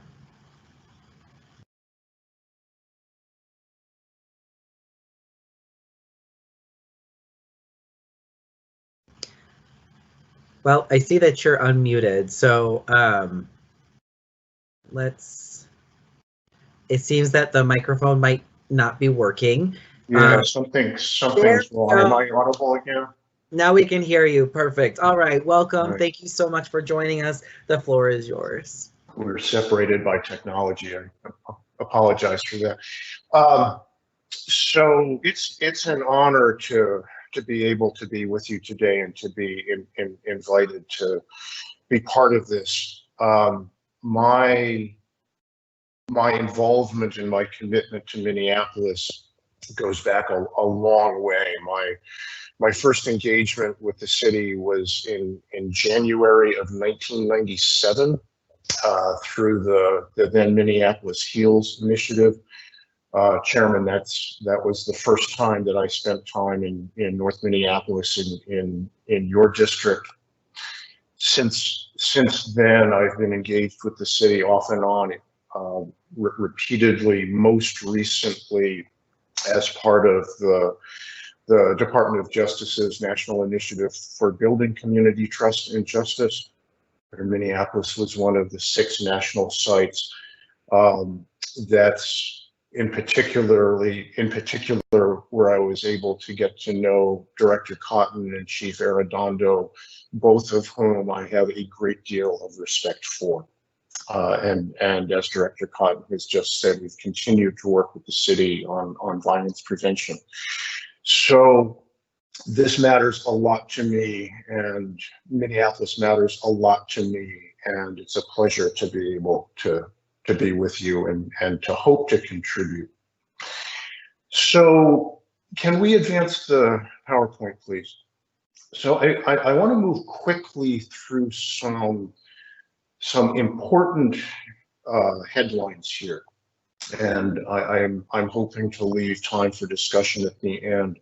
So Minneapolis is seeing an increase in violence, and we've been hearing about that today. That is not simply a Minneapolis story. This is happening all over the country. It's not as mysterious as it may seem. In the 20 years or so that has defined violence prevention in its kind of current manifestation, a great deal of fundamental insight has developed around community violence.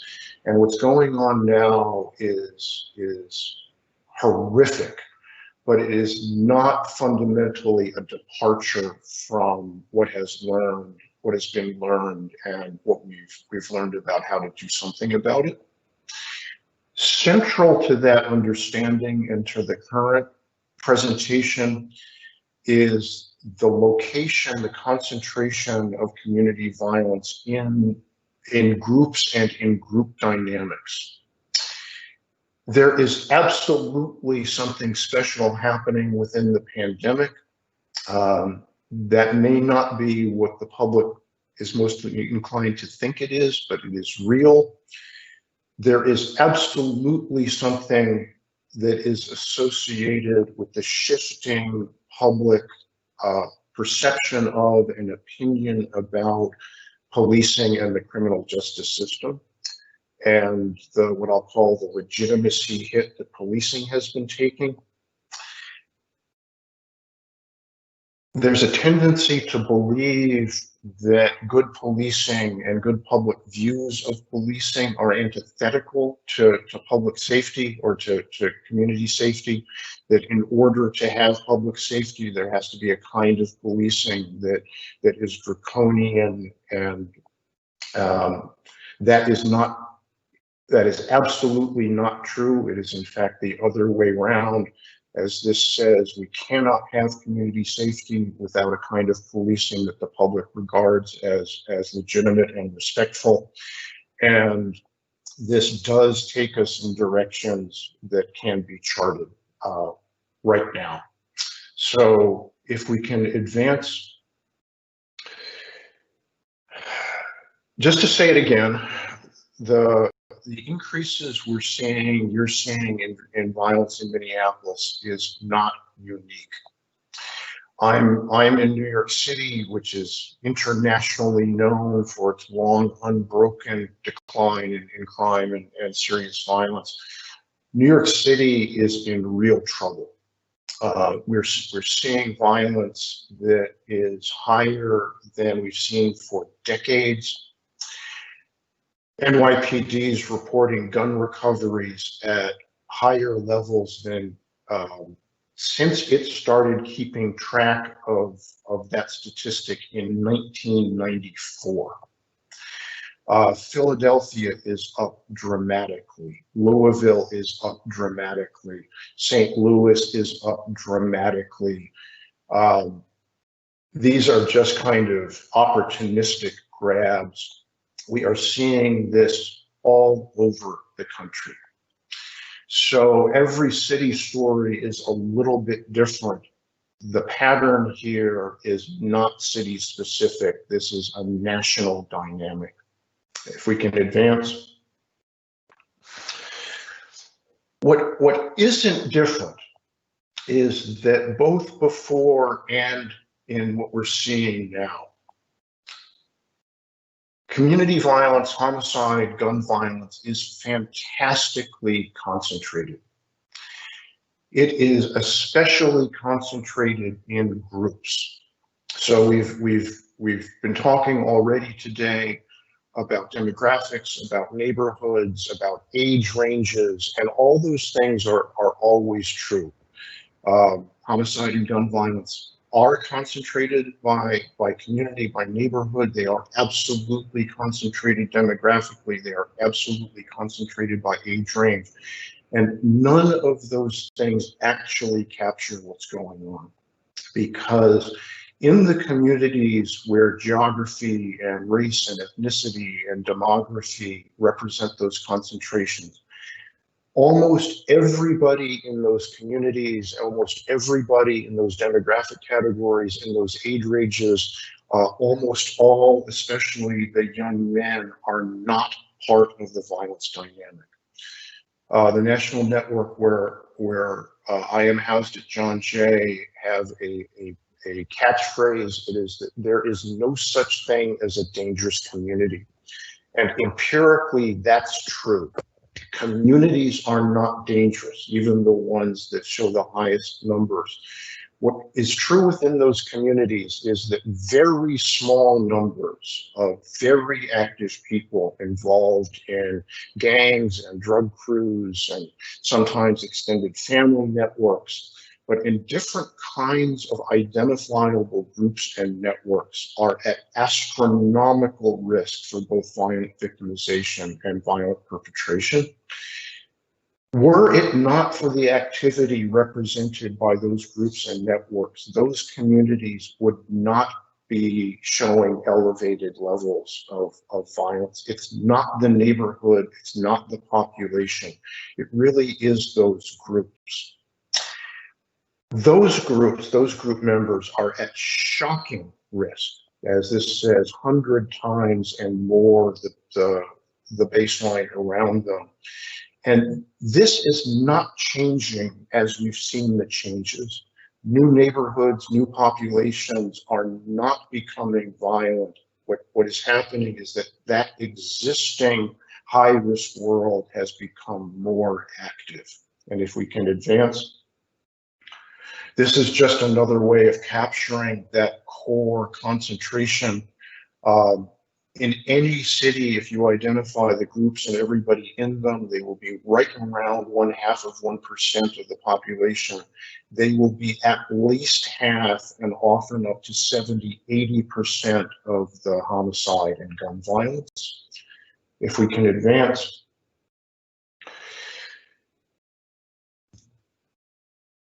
There are very particular group dynamics that drive what's going on. The conviction always on the outside is that it's about money. And in fact, almost none of it is about money. This is part of what the misunderstanding about the pandemic is about. Those cities that we talked about earlier, of course, have been hit economically by the pandemic. but they were hit economically, for example, by the 08-09 economic crisis. Violence did not go up during the 08-09 housing crisis. People who were not inclined to shoot somebody 6 months ago when they had a job are not inclined to shoot somebody now when they don't have a job. Violence doesn't work like that. This kind of violence is overwhelmingly driven by what we might think of as structured social friction within that high-risk world. It's what the streets call beef, standing vendetta, patterns of retaliation. It's this notion that the friend of my enemy is my friend, and if my friend has beef, I have beef, and now both of our groups are involved in retaliatory violence. People close to the action, frontline community folks, frontline police officers, can often almost predict what's going to happen. Things that don't look like they fit this pattern often do. So Minneapolis is seeing issues with spikes in juvenile violence, with robberies, with carjackings. Overwhelmingly, it turns out that, just to say it again, most young people will never do anything like that. And the young people who do overwhelmingly turned out to be in association, in relationship with older young men who are part of these established and often well-known, very small, very active groups and networks. And these numbers I'm giving you are at-risk numbers. So the groups in any city will represent about 0.5% of the city. Most of those people will never hurt anybody. They will never be killed. Even within that high-risk world, there is an even smaller number of people who really make things happen. They are the shooters, they are the instigators, they are what I was taught 25 years ago to call impact players. When you get down to the impact players who really make things happen, it is a tiny, tiny, tiny number of folks. And if we can advance, what seems to be happening in the pandemic is that there is absolutely a change in the street dynamics associated with COVID. Again, it's not what people think it probably is. It's not because people are out of work. What seems to be happening, and the National Network is in real-time contact with dozens of cities around the country. We're hearing this over and over and over again. It's that the pandemic has made it easier for that small number of impact players to operate. Schools are closed, pubs are closed, restaurants are closed. The high-risk population is not too inclined to listen to public health advice. They're not social distancing. They're in public spaces near where they live. And it's literally the case that if you have a score to settle, if you want to take over somebody's business, if you are one of this very small number of people who's inclined to use violence, the people you are after are literally easy to find. And the street language on this is direct and chilling. It's, if you're hunting, the people you're hunting are available to you. And in this small, high-risk world, it doesn't take very much for that kind of vulnerability to essentially activate this whole small world of groups and networks. A very small number of people inclined to use violence. The other people around them in this high-risk world will know that. They're more inclined to carry their guns. They don't leave their guns at home. They're more inclined to group up. They're more inclined to make it clear to people that they will not be victimized. They cannot be taken advantage of. They're more inclined to use violence themselves. the retaliation gets activated, the beefs get activated, and suddenly you are in a crisis. But the fundamental conditions in the community and in the neighborhood have not changed. People have not changed their overall behavior. Most everybody is still not violent. What we're looking at are very, very specific micro dynamics. And if we can advance, we also know that when community respect for and trust in the police goes down, these dynamics are exacerbated and violence goes up. Again, it's a very, very small number of impact players that drive the violence. If they know that the people around them are even less inclined than before to cooperate with the police, even less inclined to bear witness, if they know what they do is even a little bit safer than it was before, then they are freer to act, they feel less vulnerable, they feel more likely to get away with what they're doing because they are. That again hits these positive feedback dynamics within their network of high-risk people. And once again, suddenly we are seeing sometimes quite extraordinary increases. There's very good science on this. This is now understood within the social science research. And we all know that nationally, the police have taken, of course, a tremendous legitimacy hit.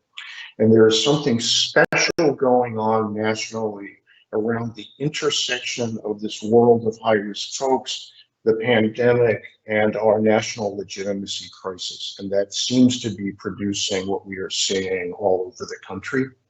If we can advance. This is its own problem and it needs immediate and particular attention. So there is a deep need for a different kind of public safety. There is a deep need for a different kind of criminal justice and a different kind of policing. The National Network has been saying for decades, the most vulnerable communities need policing. They don't need the kind of policing they've been getting. And that is critically important, but it is at best a medium and a long-term enterprise. Deep attention to conditions in communities, real movement and investment, real attention to structural conditions, that is also critical. It is also at best a medium and a long-term enterprise. These immediate violence dynamics need immediate attention, partly because one of the main drivers of violence is violence. Violence is a root cause of violence. When people don't feel safe, they will do what they need to take care of themselves, they will arm themselves, they will group up.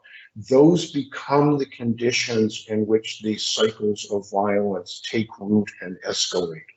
So we need immediate attention to these violence dynamics. If we reduce the violence, that itself will continue to reduce the violence. And if we may, yeah, here we go, thanks. So we know some things about how to do this. There are kind of, at this point, venerable ideas about different ways of doing policing. I grew up, it's part of the community of practice that sort of framed the ideas of community and problem-oriented policing, which are all about taking on particular substantive issues, dealing with them better in cooperation and partnership with communities and what communities want. The framework of focused deterrence that I've been part of developing and that informs Minneapolis's and others' group violence intervention is all about community partnerships, heavily weighted toward toward community voices and social services and other kinds of non-law enforcement intervention. We have examples from places like LA, the Community Safety Partnership, for example, locates police officers in the most dangerous areas of South Central LA and have reduced violence in those areas by charging officers with organizing community assets to address violence without making arrests. And formal evaluations show dramatic reductions in homicide and gun violence associated with dramatic reductions in arrest and criminal justice contact. So there are frameworks for doing this, and the promise that they hold is that they can, in very direct, purposeful ways, reduce the violence, reduce the footprint of criminal justice, and kind of model a kind of police and police community relationship that can be templates for the different kind of public safety that people are after. So if we can advance. So, you know, I live and breathe violence prevention. The National Network is a violence prevention organization because our understanding, our commitment is that no setting can function well when people are exposed to high levels of risk and fear, whether it's a community or a family or a school. When people are scared and actively being victimized, nothing works. So we believe that even in this current setting, there are ways in which we can identify homicide, gun violence, these most serious insults to community safety as identifiable problems, that we can understand them and act on them in ways that deliberately center non-law enforcement engagement as much as possible, while recognizing that we still live in a world in which extremely small numbers of people will not respond to any of that community engagement and violence interruption and those sorts of things have their limits.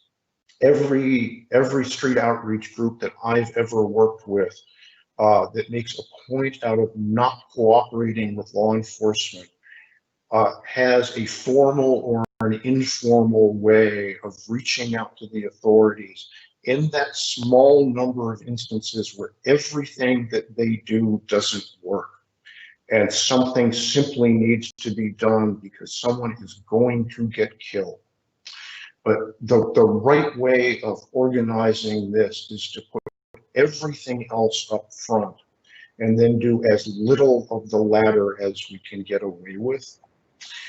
And, you know, as we move to addressing not only this problem, but also to framing a different kind of public safety, we ought to be honest that the people of power and privilege who have run these institutions, who have made these decisions, have none of us have done it right. None of us have gotten it right. Those institutions have done harm. The kind of deep disparity that characterizes Minneapolis and many other places has already been mentioned today. That is a fact. We have not made people safe. We have not protected the community. We have left them on their own to take care of themselves. That is a root cause of the violence. And we need to be honest and humble about that and commit ourselves to acknowledgement and repair. So let me stop there and give this back to you on the committee. Wow, thank you so much, Professor. That was a really amazing presentation with lots of really good information for us to be able to take into consideration as we are moving forward in problem solving. I would like to open it up to my colleagues for questions, comments, thoughts.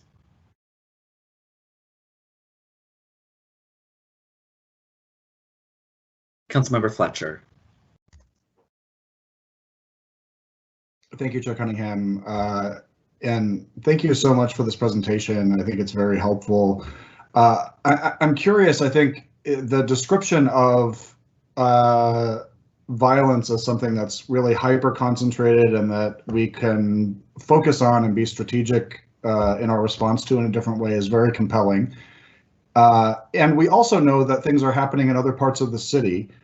We've seen robberies and carjackings and other kinds of violence that are unusual this year that don't seem as concentrated. And so I wonder if you can talk a little bit about how those things relate. How are these efforts connected?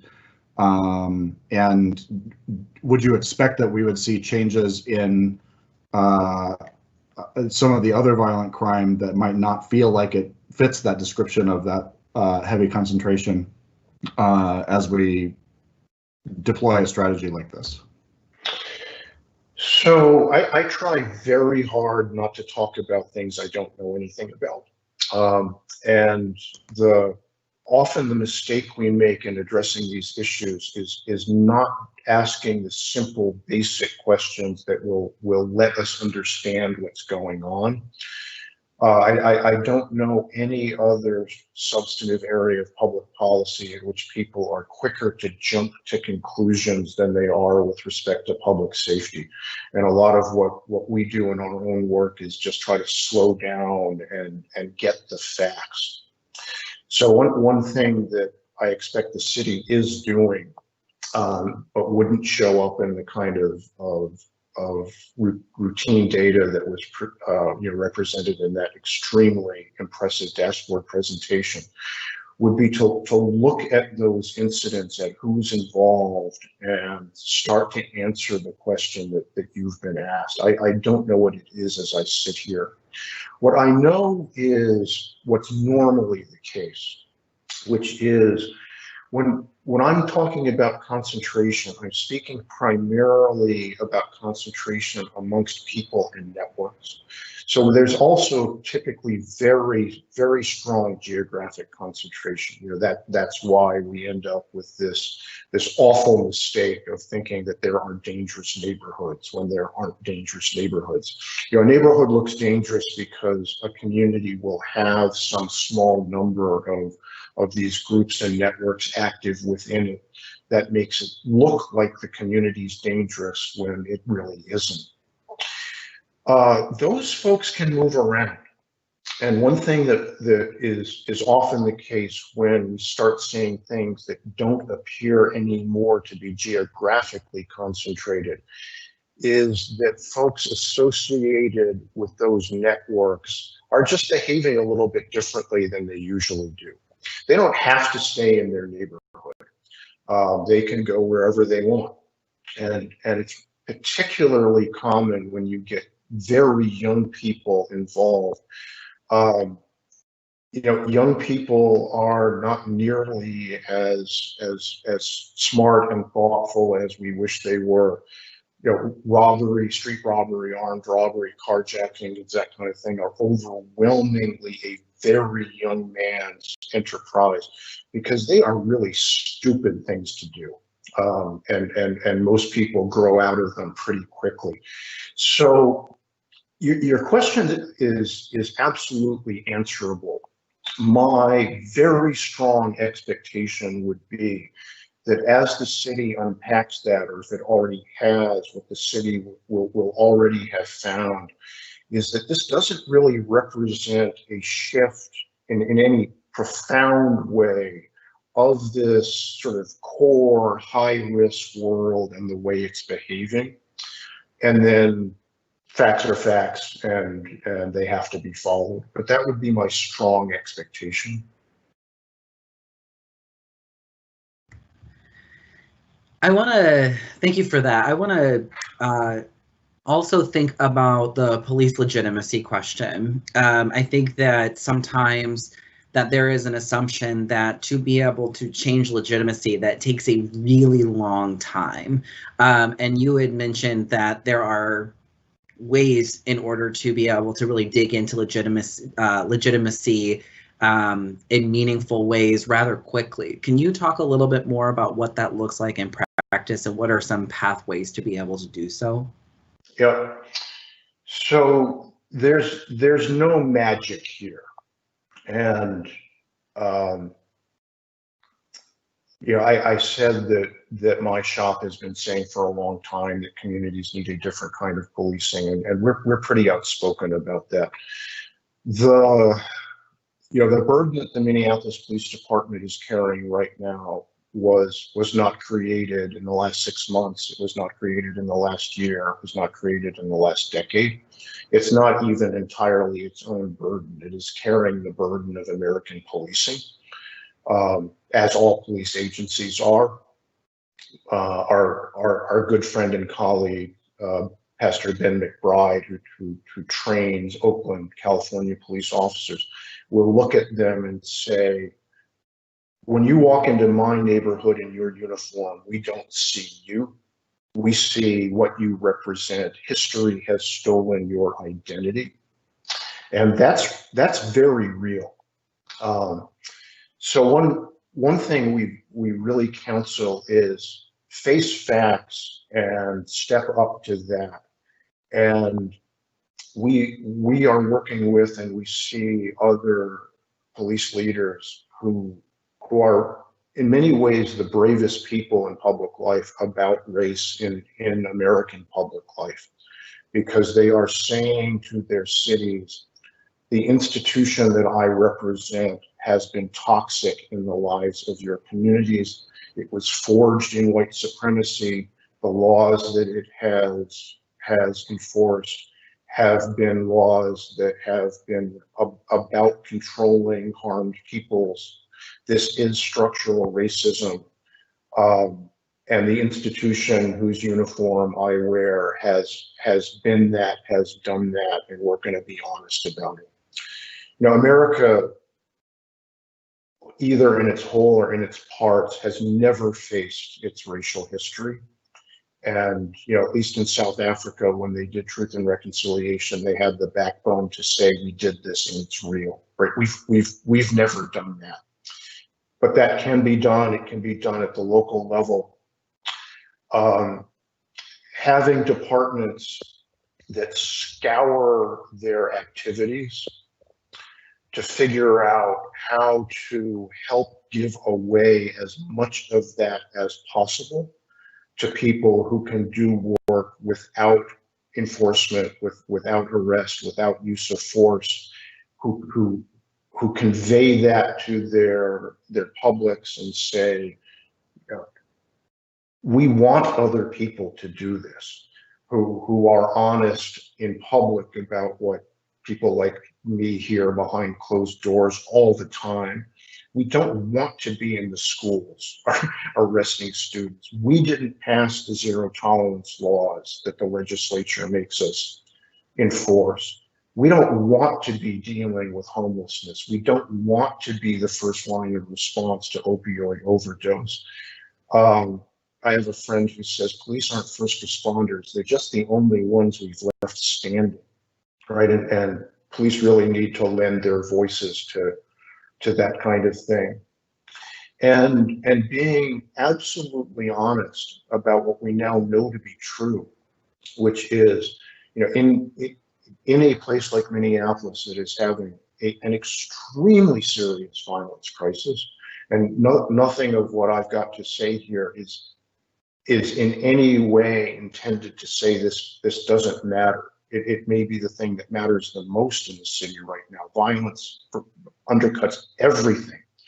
But to be able to say, we know that this is not about the community. We've done terrible things to the community, and it is still so fundamentally resilient that it raises its kids and deals with itself so that almost nobody is at high risk for violent offending or victimization. We celebrate the community, and we want to work with it to address these very important but very special issues. There's a lot of things that can be done very quickly, to answer your question. I appreciate that, and that's very helpful for grounding. Sometimes, you know, when it comes to violence, and that is such a fundamental human need, it becomes so big and so overwhelming. So I really appreciate the grounding in science, in the and that there is a pathway forward, that we don't have to completely pull ideas out of the air to try something. That we have examples there, science that help back things up, and we all also are trying to figure out how to navigate a new reality. So so I really appreciate you being here, your perspective. It's really critical at this time in our city. I will see if any of my colleagues have any questions or thoughts on the presentation. Councilmember Palmisano. Thank you, Mr. Chair. And thank you, Professor Kennedy, for this presentation. There's a lot to take in here, and I still am taking in all of the things that you've said and the things in your presentation. I was struck by your slide that says critical needs for short-term actions and solutions, right? And one of the things that is on that slide says that violence drives violence and needs immediate attention.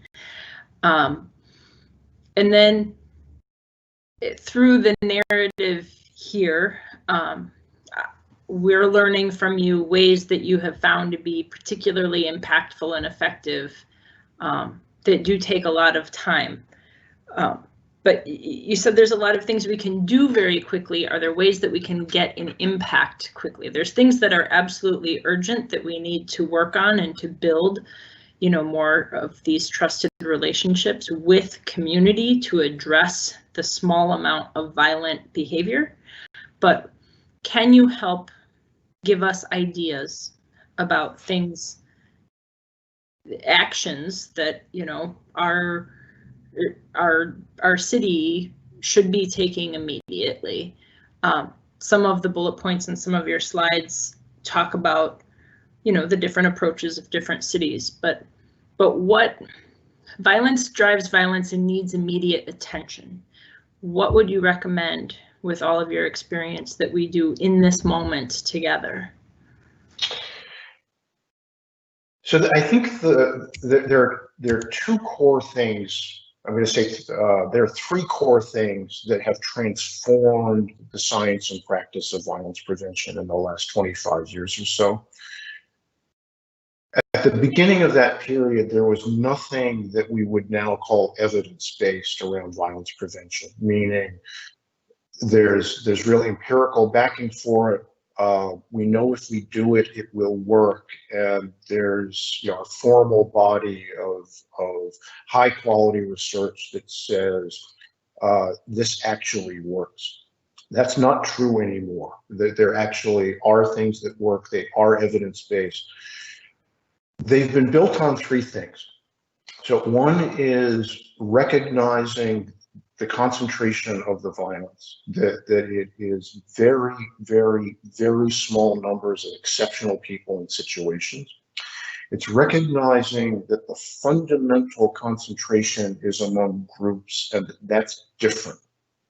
So, you know, all groups are made up of individuals, but if you've got two groups in the community and they are in vendetta, which is an actual absolutely standard dynamic. So they are shooting back and forth. And whether it's law enforcement or whether it's intervention, the last two key players in that cycle are addressed. So maybe the last shooter on each side gets arrested and goes to jail. Maybe the last shooter on each side gets a job and gets out of the group. That doesn't change anything on the ground. Yeah, it's important for all sorts of reasons, but on the ground, you've still got two groups. They're still in vendetta. That will produce more violence. Attention to individuals in that context doesn't change the group dynamic. So concentration groups, and then the really big thing is, if you want to address the violence, address the violence. We've always made violence prevention about something else.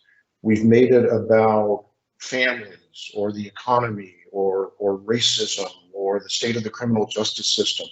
And again, all of those are extremely important. But violence, if we're going to do something about it, we have to keep our focus on violence. And suddenly at that point, things become much easier than we think they are.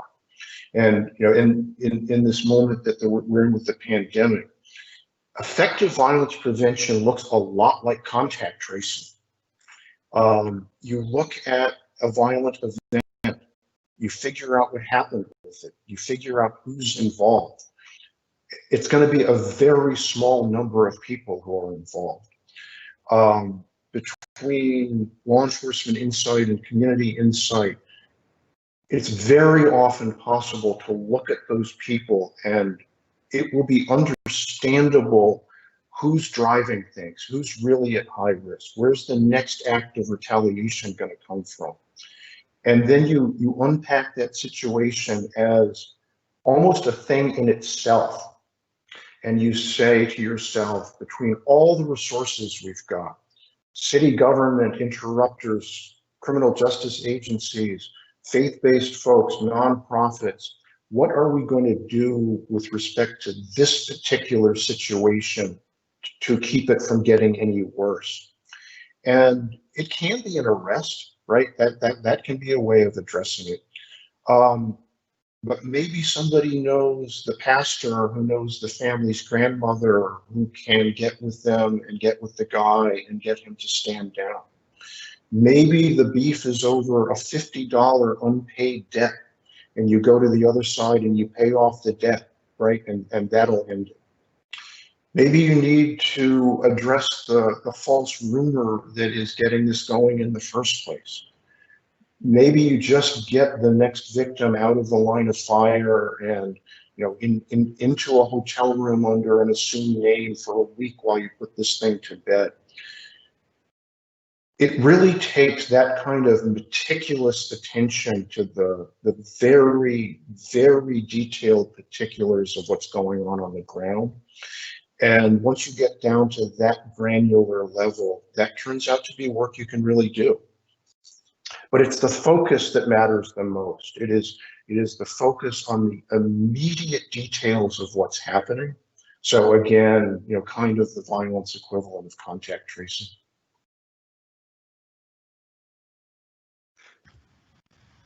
Thank you for that. Very, very critical information. Thank you. Are there any other questions or comments or thoughts? Council President Bender. Thank you, Mr. Chair, and thank you, Professor, for taking so much time with Minneapolis. I know that you are part of Mayor Fry's expert roundtables that he's convened, as well as in touch with the chief and our violence prevention staff, and now taking your time with us, and it's so appreciated. We can really use support in Minneapolis right now. It means a lot to us. I first wanted to say that it feels relatively urgent to me that we do whatever we can as policymakers to support this kind of strategy in Minneapolis. And so I just am thankful again that we're hearing this in a public venue, and that, Mr. Chair, that you're providing the leadership you are to help move this forward however we can as council members. And then I don't want to belabor this, but I do feel it's worth talking a little bit more about this question around legitimacy. And we have just initiated a truth and reconciliation process in Minneapolis under particularly the leadership of Council Vice President Andrea Jenkins, who isn't on this committee anymore, but is the Vice President of the council, as well as our staff and our race equity team, which I think is going to be such an important piece of this work, but again, a longer term strategy that's a more open-ended conversation. And I think I wanted to ask if you can talk a bit more about this question of legitimacy in a national context, because I think here in Minneapolis, people are struggling to sort of understand what is all happening and why. And I'll just be frank, I think there are folks who are sort of thinking that the Minneapolis City Council created a lack of legitimacy ourselves. And I would say that we were responding to one that we were hearing from community. And I certainly don't want to ask you to wade into Minneapolis political debates, but because I'm glad that you're working with all of us and that we are working together in partnership to solve this violence in our community. But could you talk a bit more about what you called a crisis of legitimacy in a national context? Yeah, and I will speak specifically about Minneapolis because I think this is important. So I've heard that same narrative that kind of draws a causal connection between the violence that the city is seeing and the actions of city council and the public protests around Mr. Floyd's killing. And I'm going to say something very direct here. And I see that the chief is still with us, and he knows me, and he knows I've said things like this before, and that what I'm about to say does not reflect on the chief. It does not reflect on any or all members of the Minneapolis Police Department. But the Minneapolis Police Department is an important institution in the life of the city of Minneapolis, as policing is an important institution of our government in our democracy. And the turning away of significant numbers of people in Minneapolis from the police department, that was not caused by city council. It was not caused by the protests. It was not even caused by Mr. Floyd's killing. And the violence that has come from this intersection of the small world of high risk folks and the pandemic and the legitimacy crisis, that's not a recent thing.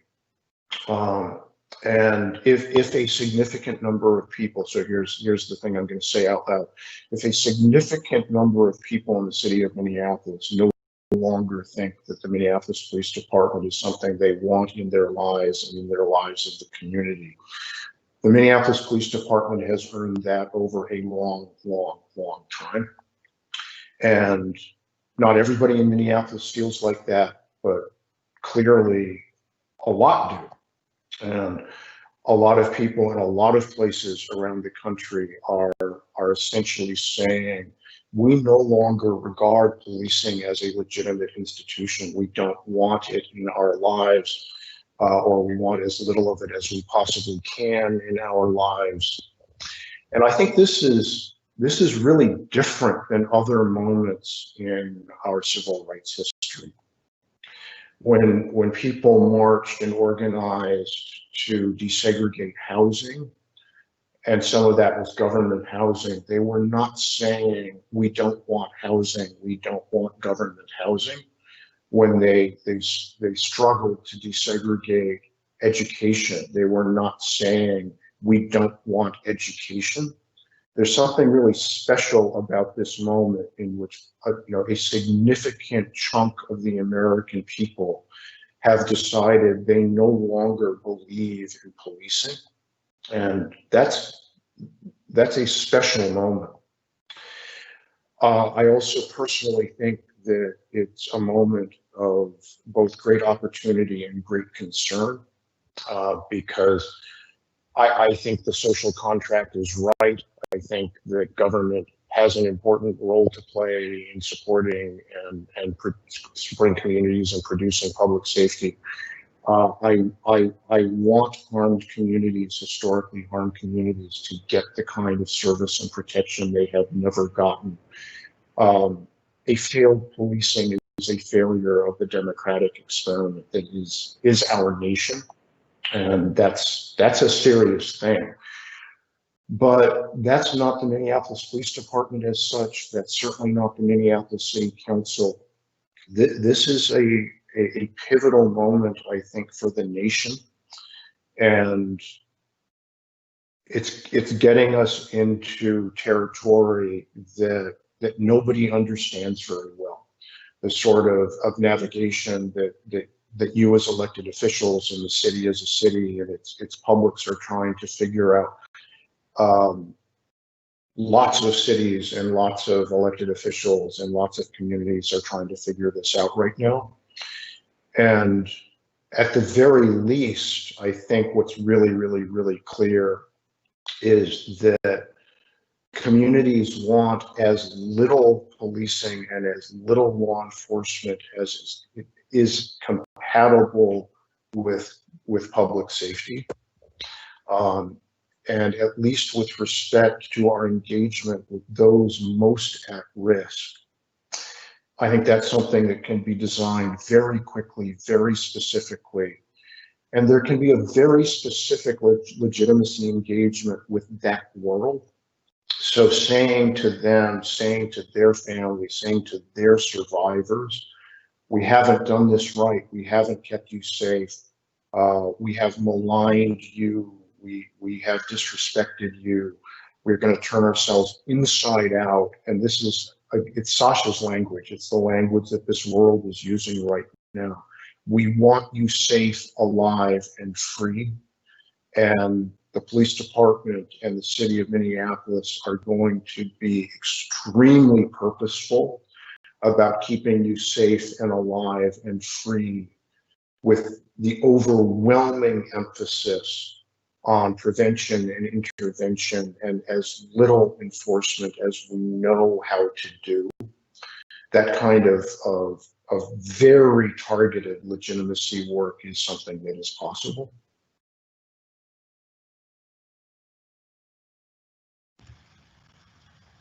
Great, thank you. Well, I'm not seeing anybody else in queue. Professor, thank you so much for this. This has been really, really appreciated.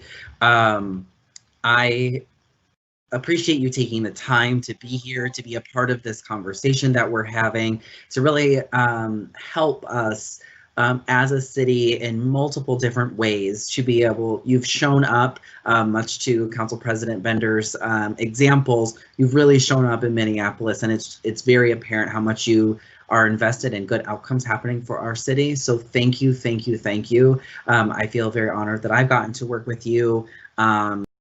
Your insight and experience of doing this work has truly made a difference here. I do want to, so with that, thank you, Professor, and I will direct the clerk to file that report. So thank you, Professor. Thank you, and thanks to the council. Of course, thank you.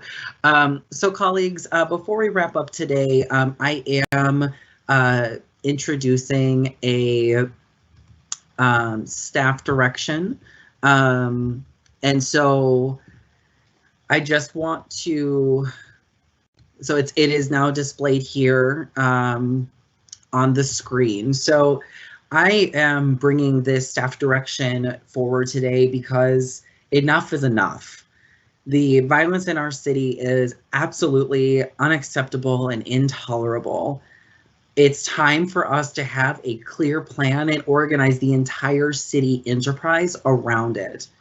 As was discussed today, the violence in our city is being driven by a small number of people who are causing a lot of harm. But both community members who are boots on the ground and MPD already know who these people are. So we must take this information and collaborate with community partners, other jurisdictions, and national and local experts to wrap around this small group with all hands on deck to do that so that we can get them out of this cycle of violence. The data shows that a majority of the gun violence in our city is still disproportionately concentrated in the 4th precinct. And there are connections between group violence in North Minneapolis and the violence taking place throughout the rest of our city. If we stop the violence in North Minneapolis, it will lower violence across our entire city.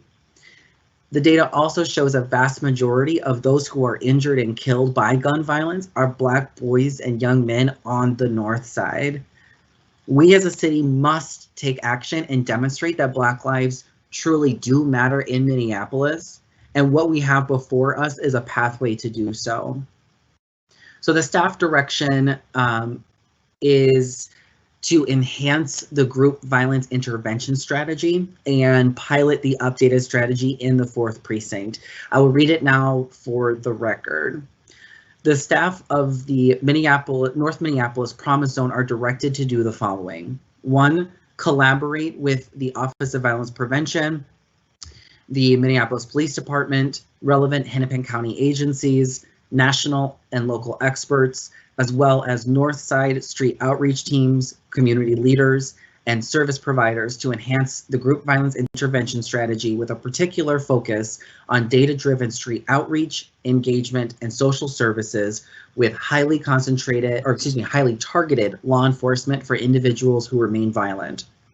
2, convene an interagency cross-sector work group made up of key partners to identify the most violent groups and the most active hotspot in the 4th precinct. Item number point 3 is lead a pilot of the enhanced GVI strategy in the 4th precinct. 4 is seek out additional sources of funding to cover the expenses related to the pilot.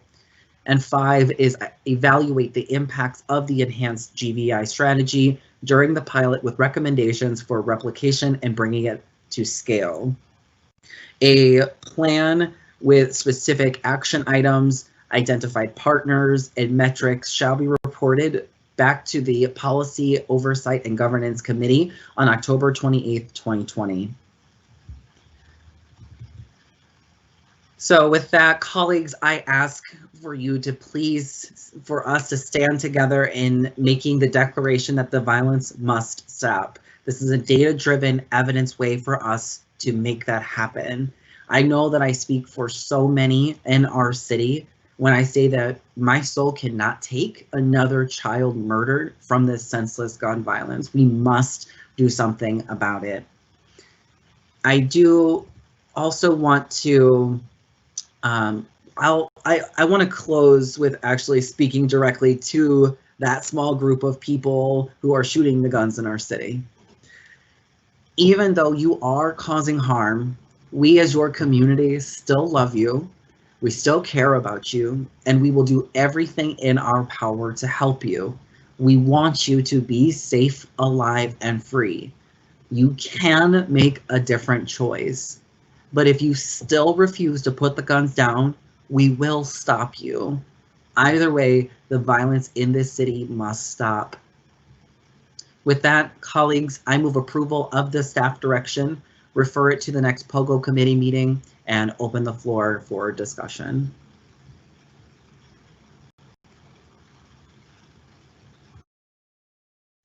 Councilmember Fletcher.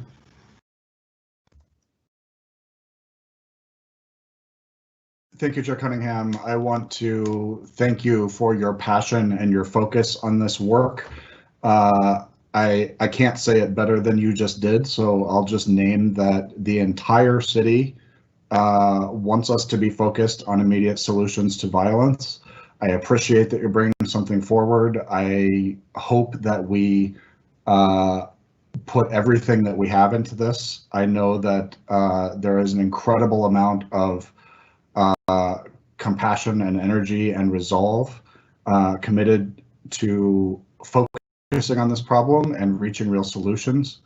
And I'm enthusiastically supportive of the work that you've put together and of the city staff who will be carrying out this staff direction and doing such important work for our city. Thank you, Councilmember Fletcher. Are there any other questions, comments? Council President Bender. Thank you, Mr. Chair. I don't serve on the committee. I'm talking a lot in this one. I do just want you to know and Councilmember Ellison, that you have my full support in creating this dedicated, prioritized strategy. And I spend most of my time talking with council colleagues these days, especially since the pandemic started, and everything since, about what's happening in their wards and their communities. And of course, we have other parts of the city that are seeing shifts and challenges, but we need to get really serious about this very long-standing concentration of violence in your community in North Minneapolis, and we need to all stand together and say very clearly that it is a priority. And I also am committed to following up with our colleagues who are representing other parts of the city that are facing challenge. So we can't prioritize everything. It has not been a priority, but I am confident that we can do both. We have a lot of resources right now focusing in at 38th and Chicago and in supports in that community. Now that we have our new colleague in Ward 6, he and I are in conversation about the supports needed in the Ward 6 community. So I just want to say that both things are true, that you have my full support in this prioritization. And I want all of our colleagues to know that, you know, I will be working with each of them to make sure that priorities in their communities are also resourced and focused with our shared commitment to race equity, and to really standing behind that when we put our resources and how we prioritize resources. I think this is a great example. Thank you, Council President. Are there any other questions or comments related to the staff direction?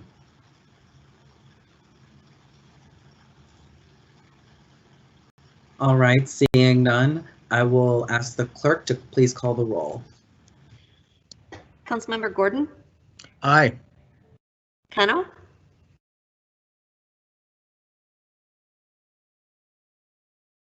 Councilmember Kano, Ellison, Aye. Palmisano, Fletcher, Aye. Chair Cunningham. Aye. There are 4 ayes. That item passes, so it will be referred to the upcoming POGO committee. So thank you for that. We had a long committee meeting today, but what a rich one. Lots and lots of good, we set a baseline about how we're going to be digging into the data moving forward. We got to see the rollout of an amazing new data portal that is really going to be a game changer for not only governing the city, but transparency and how the community is able to see what's happening and how to be able to access information in a new way. We're able to listen to and engage with a national expert on this kind of work and the challenges that we're seeing in our community. So thank you for all of this. I'm very excited that we here today have stood up and said, let's put a plan forward to make sure that our city is safe, that we are addressing the gun violence in our city. So thank you to my colleagues for standing with us, and I look forward to getting this work quickly underway. With that, seeing no further business before us and with no objection, I will declare this meeting adjourned. Thank you, everyone.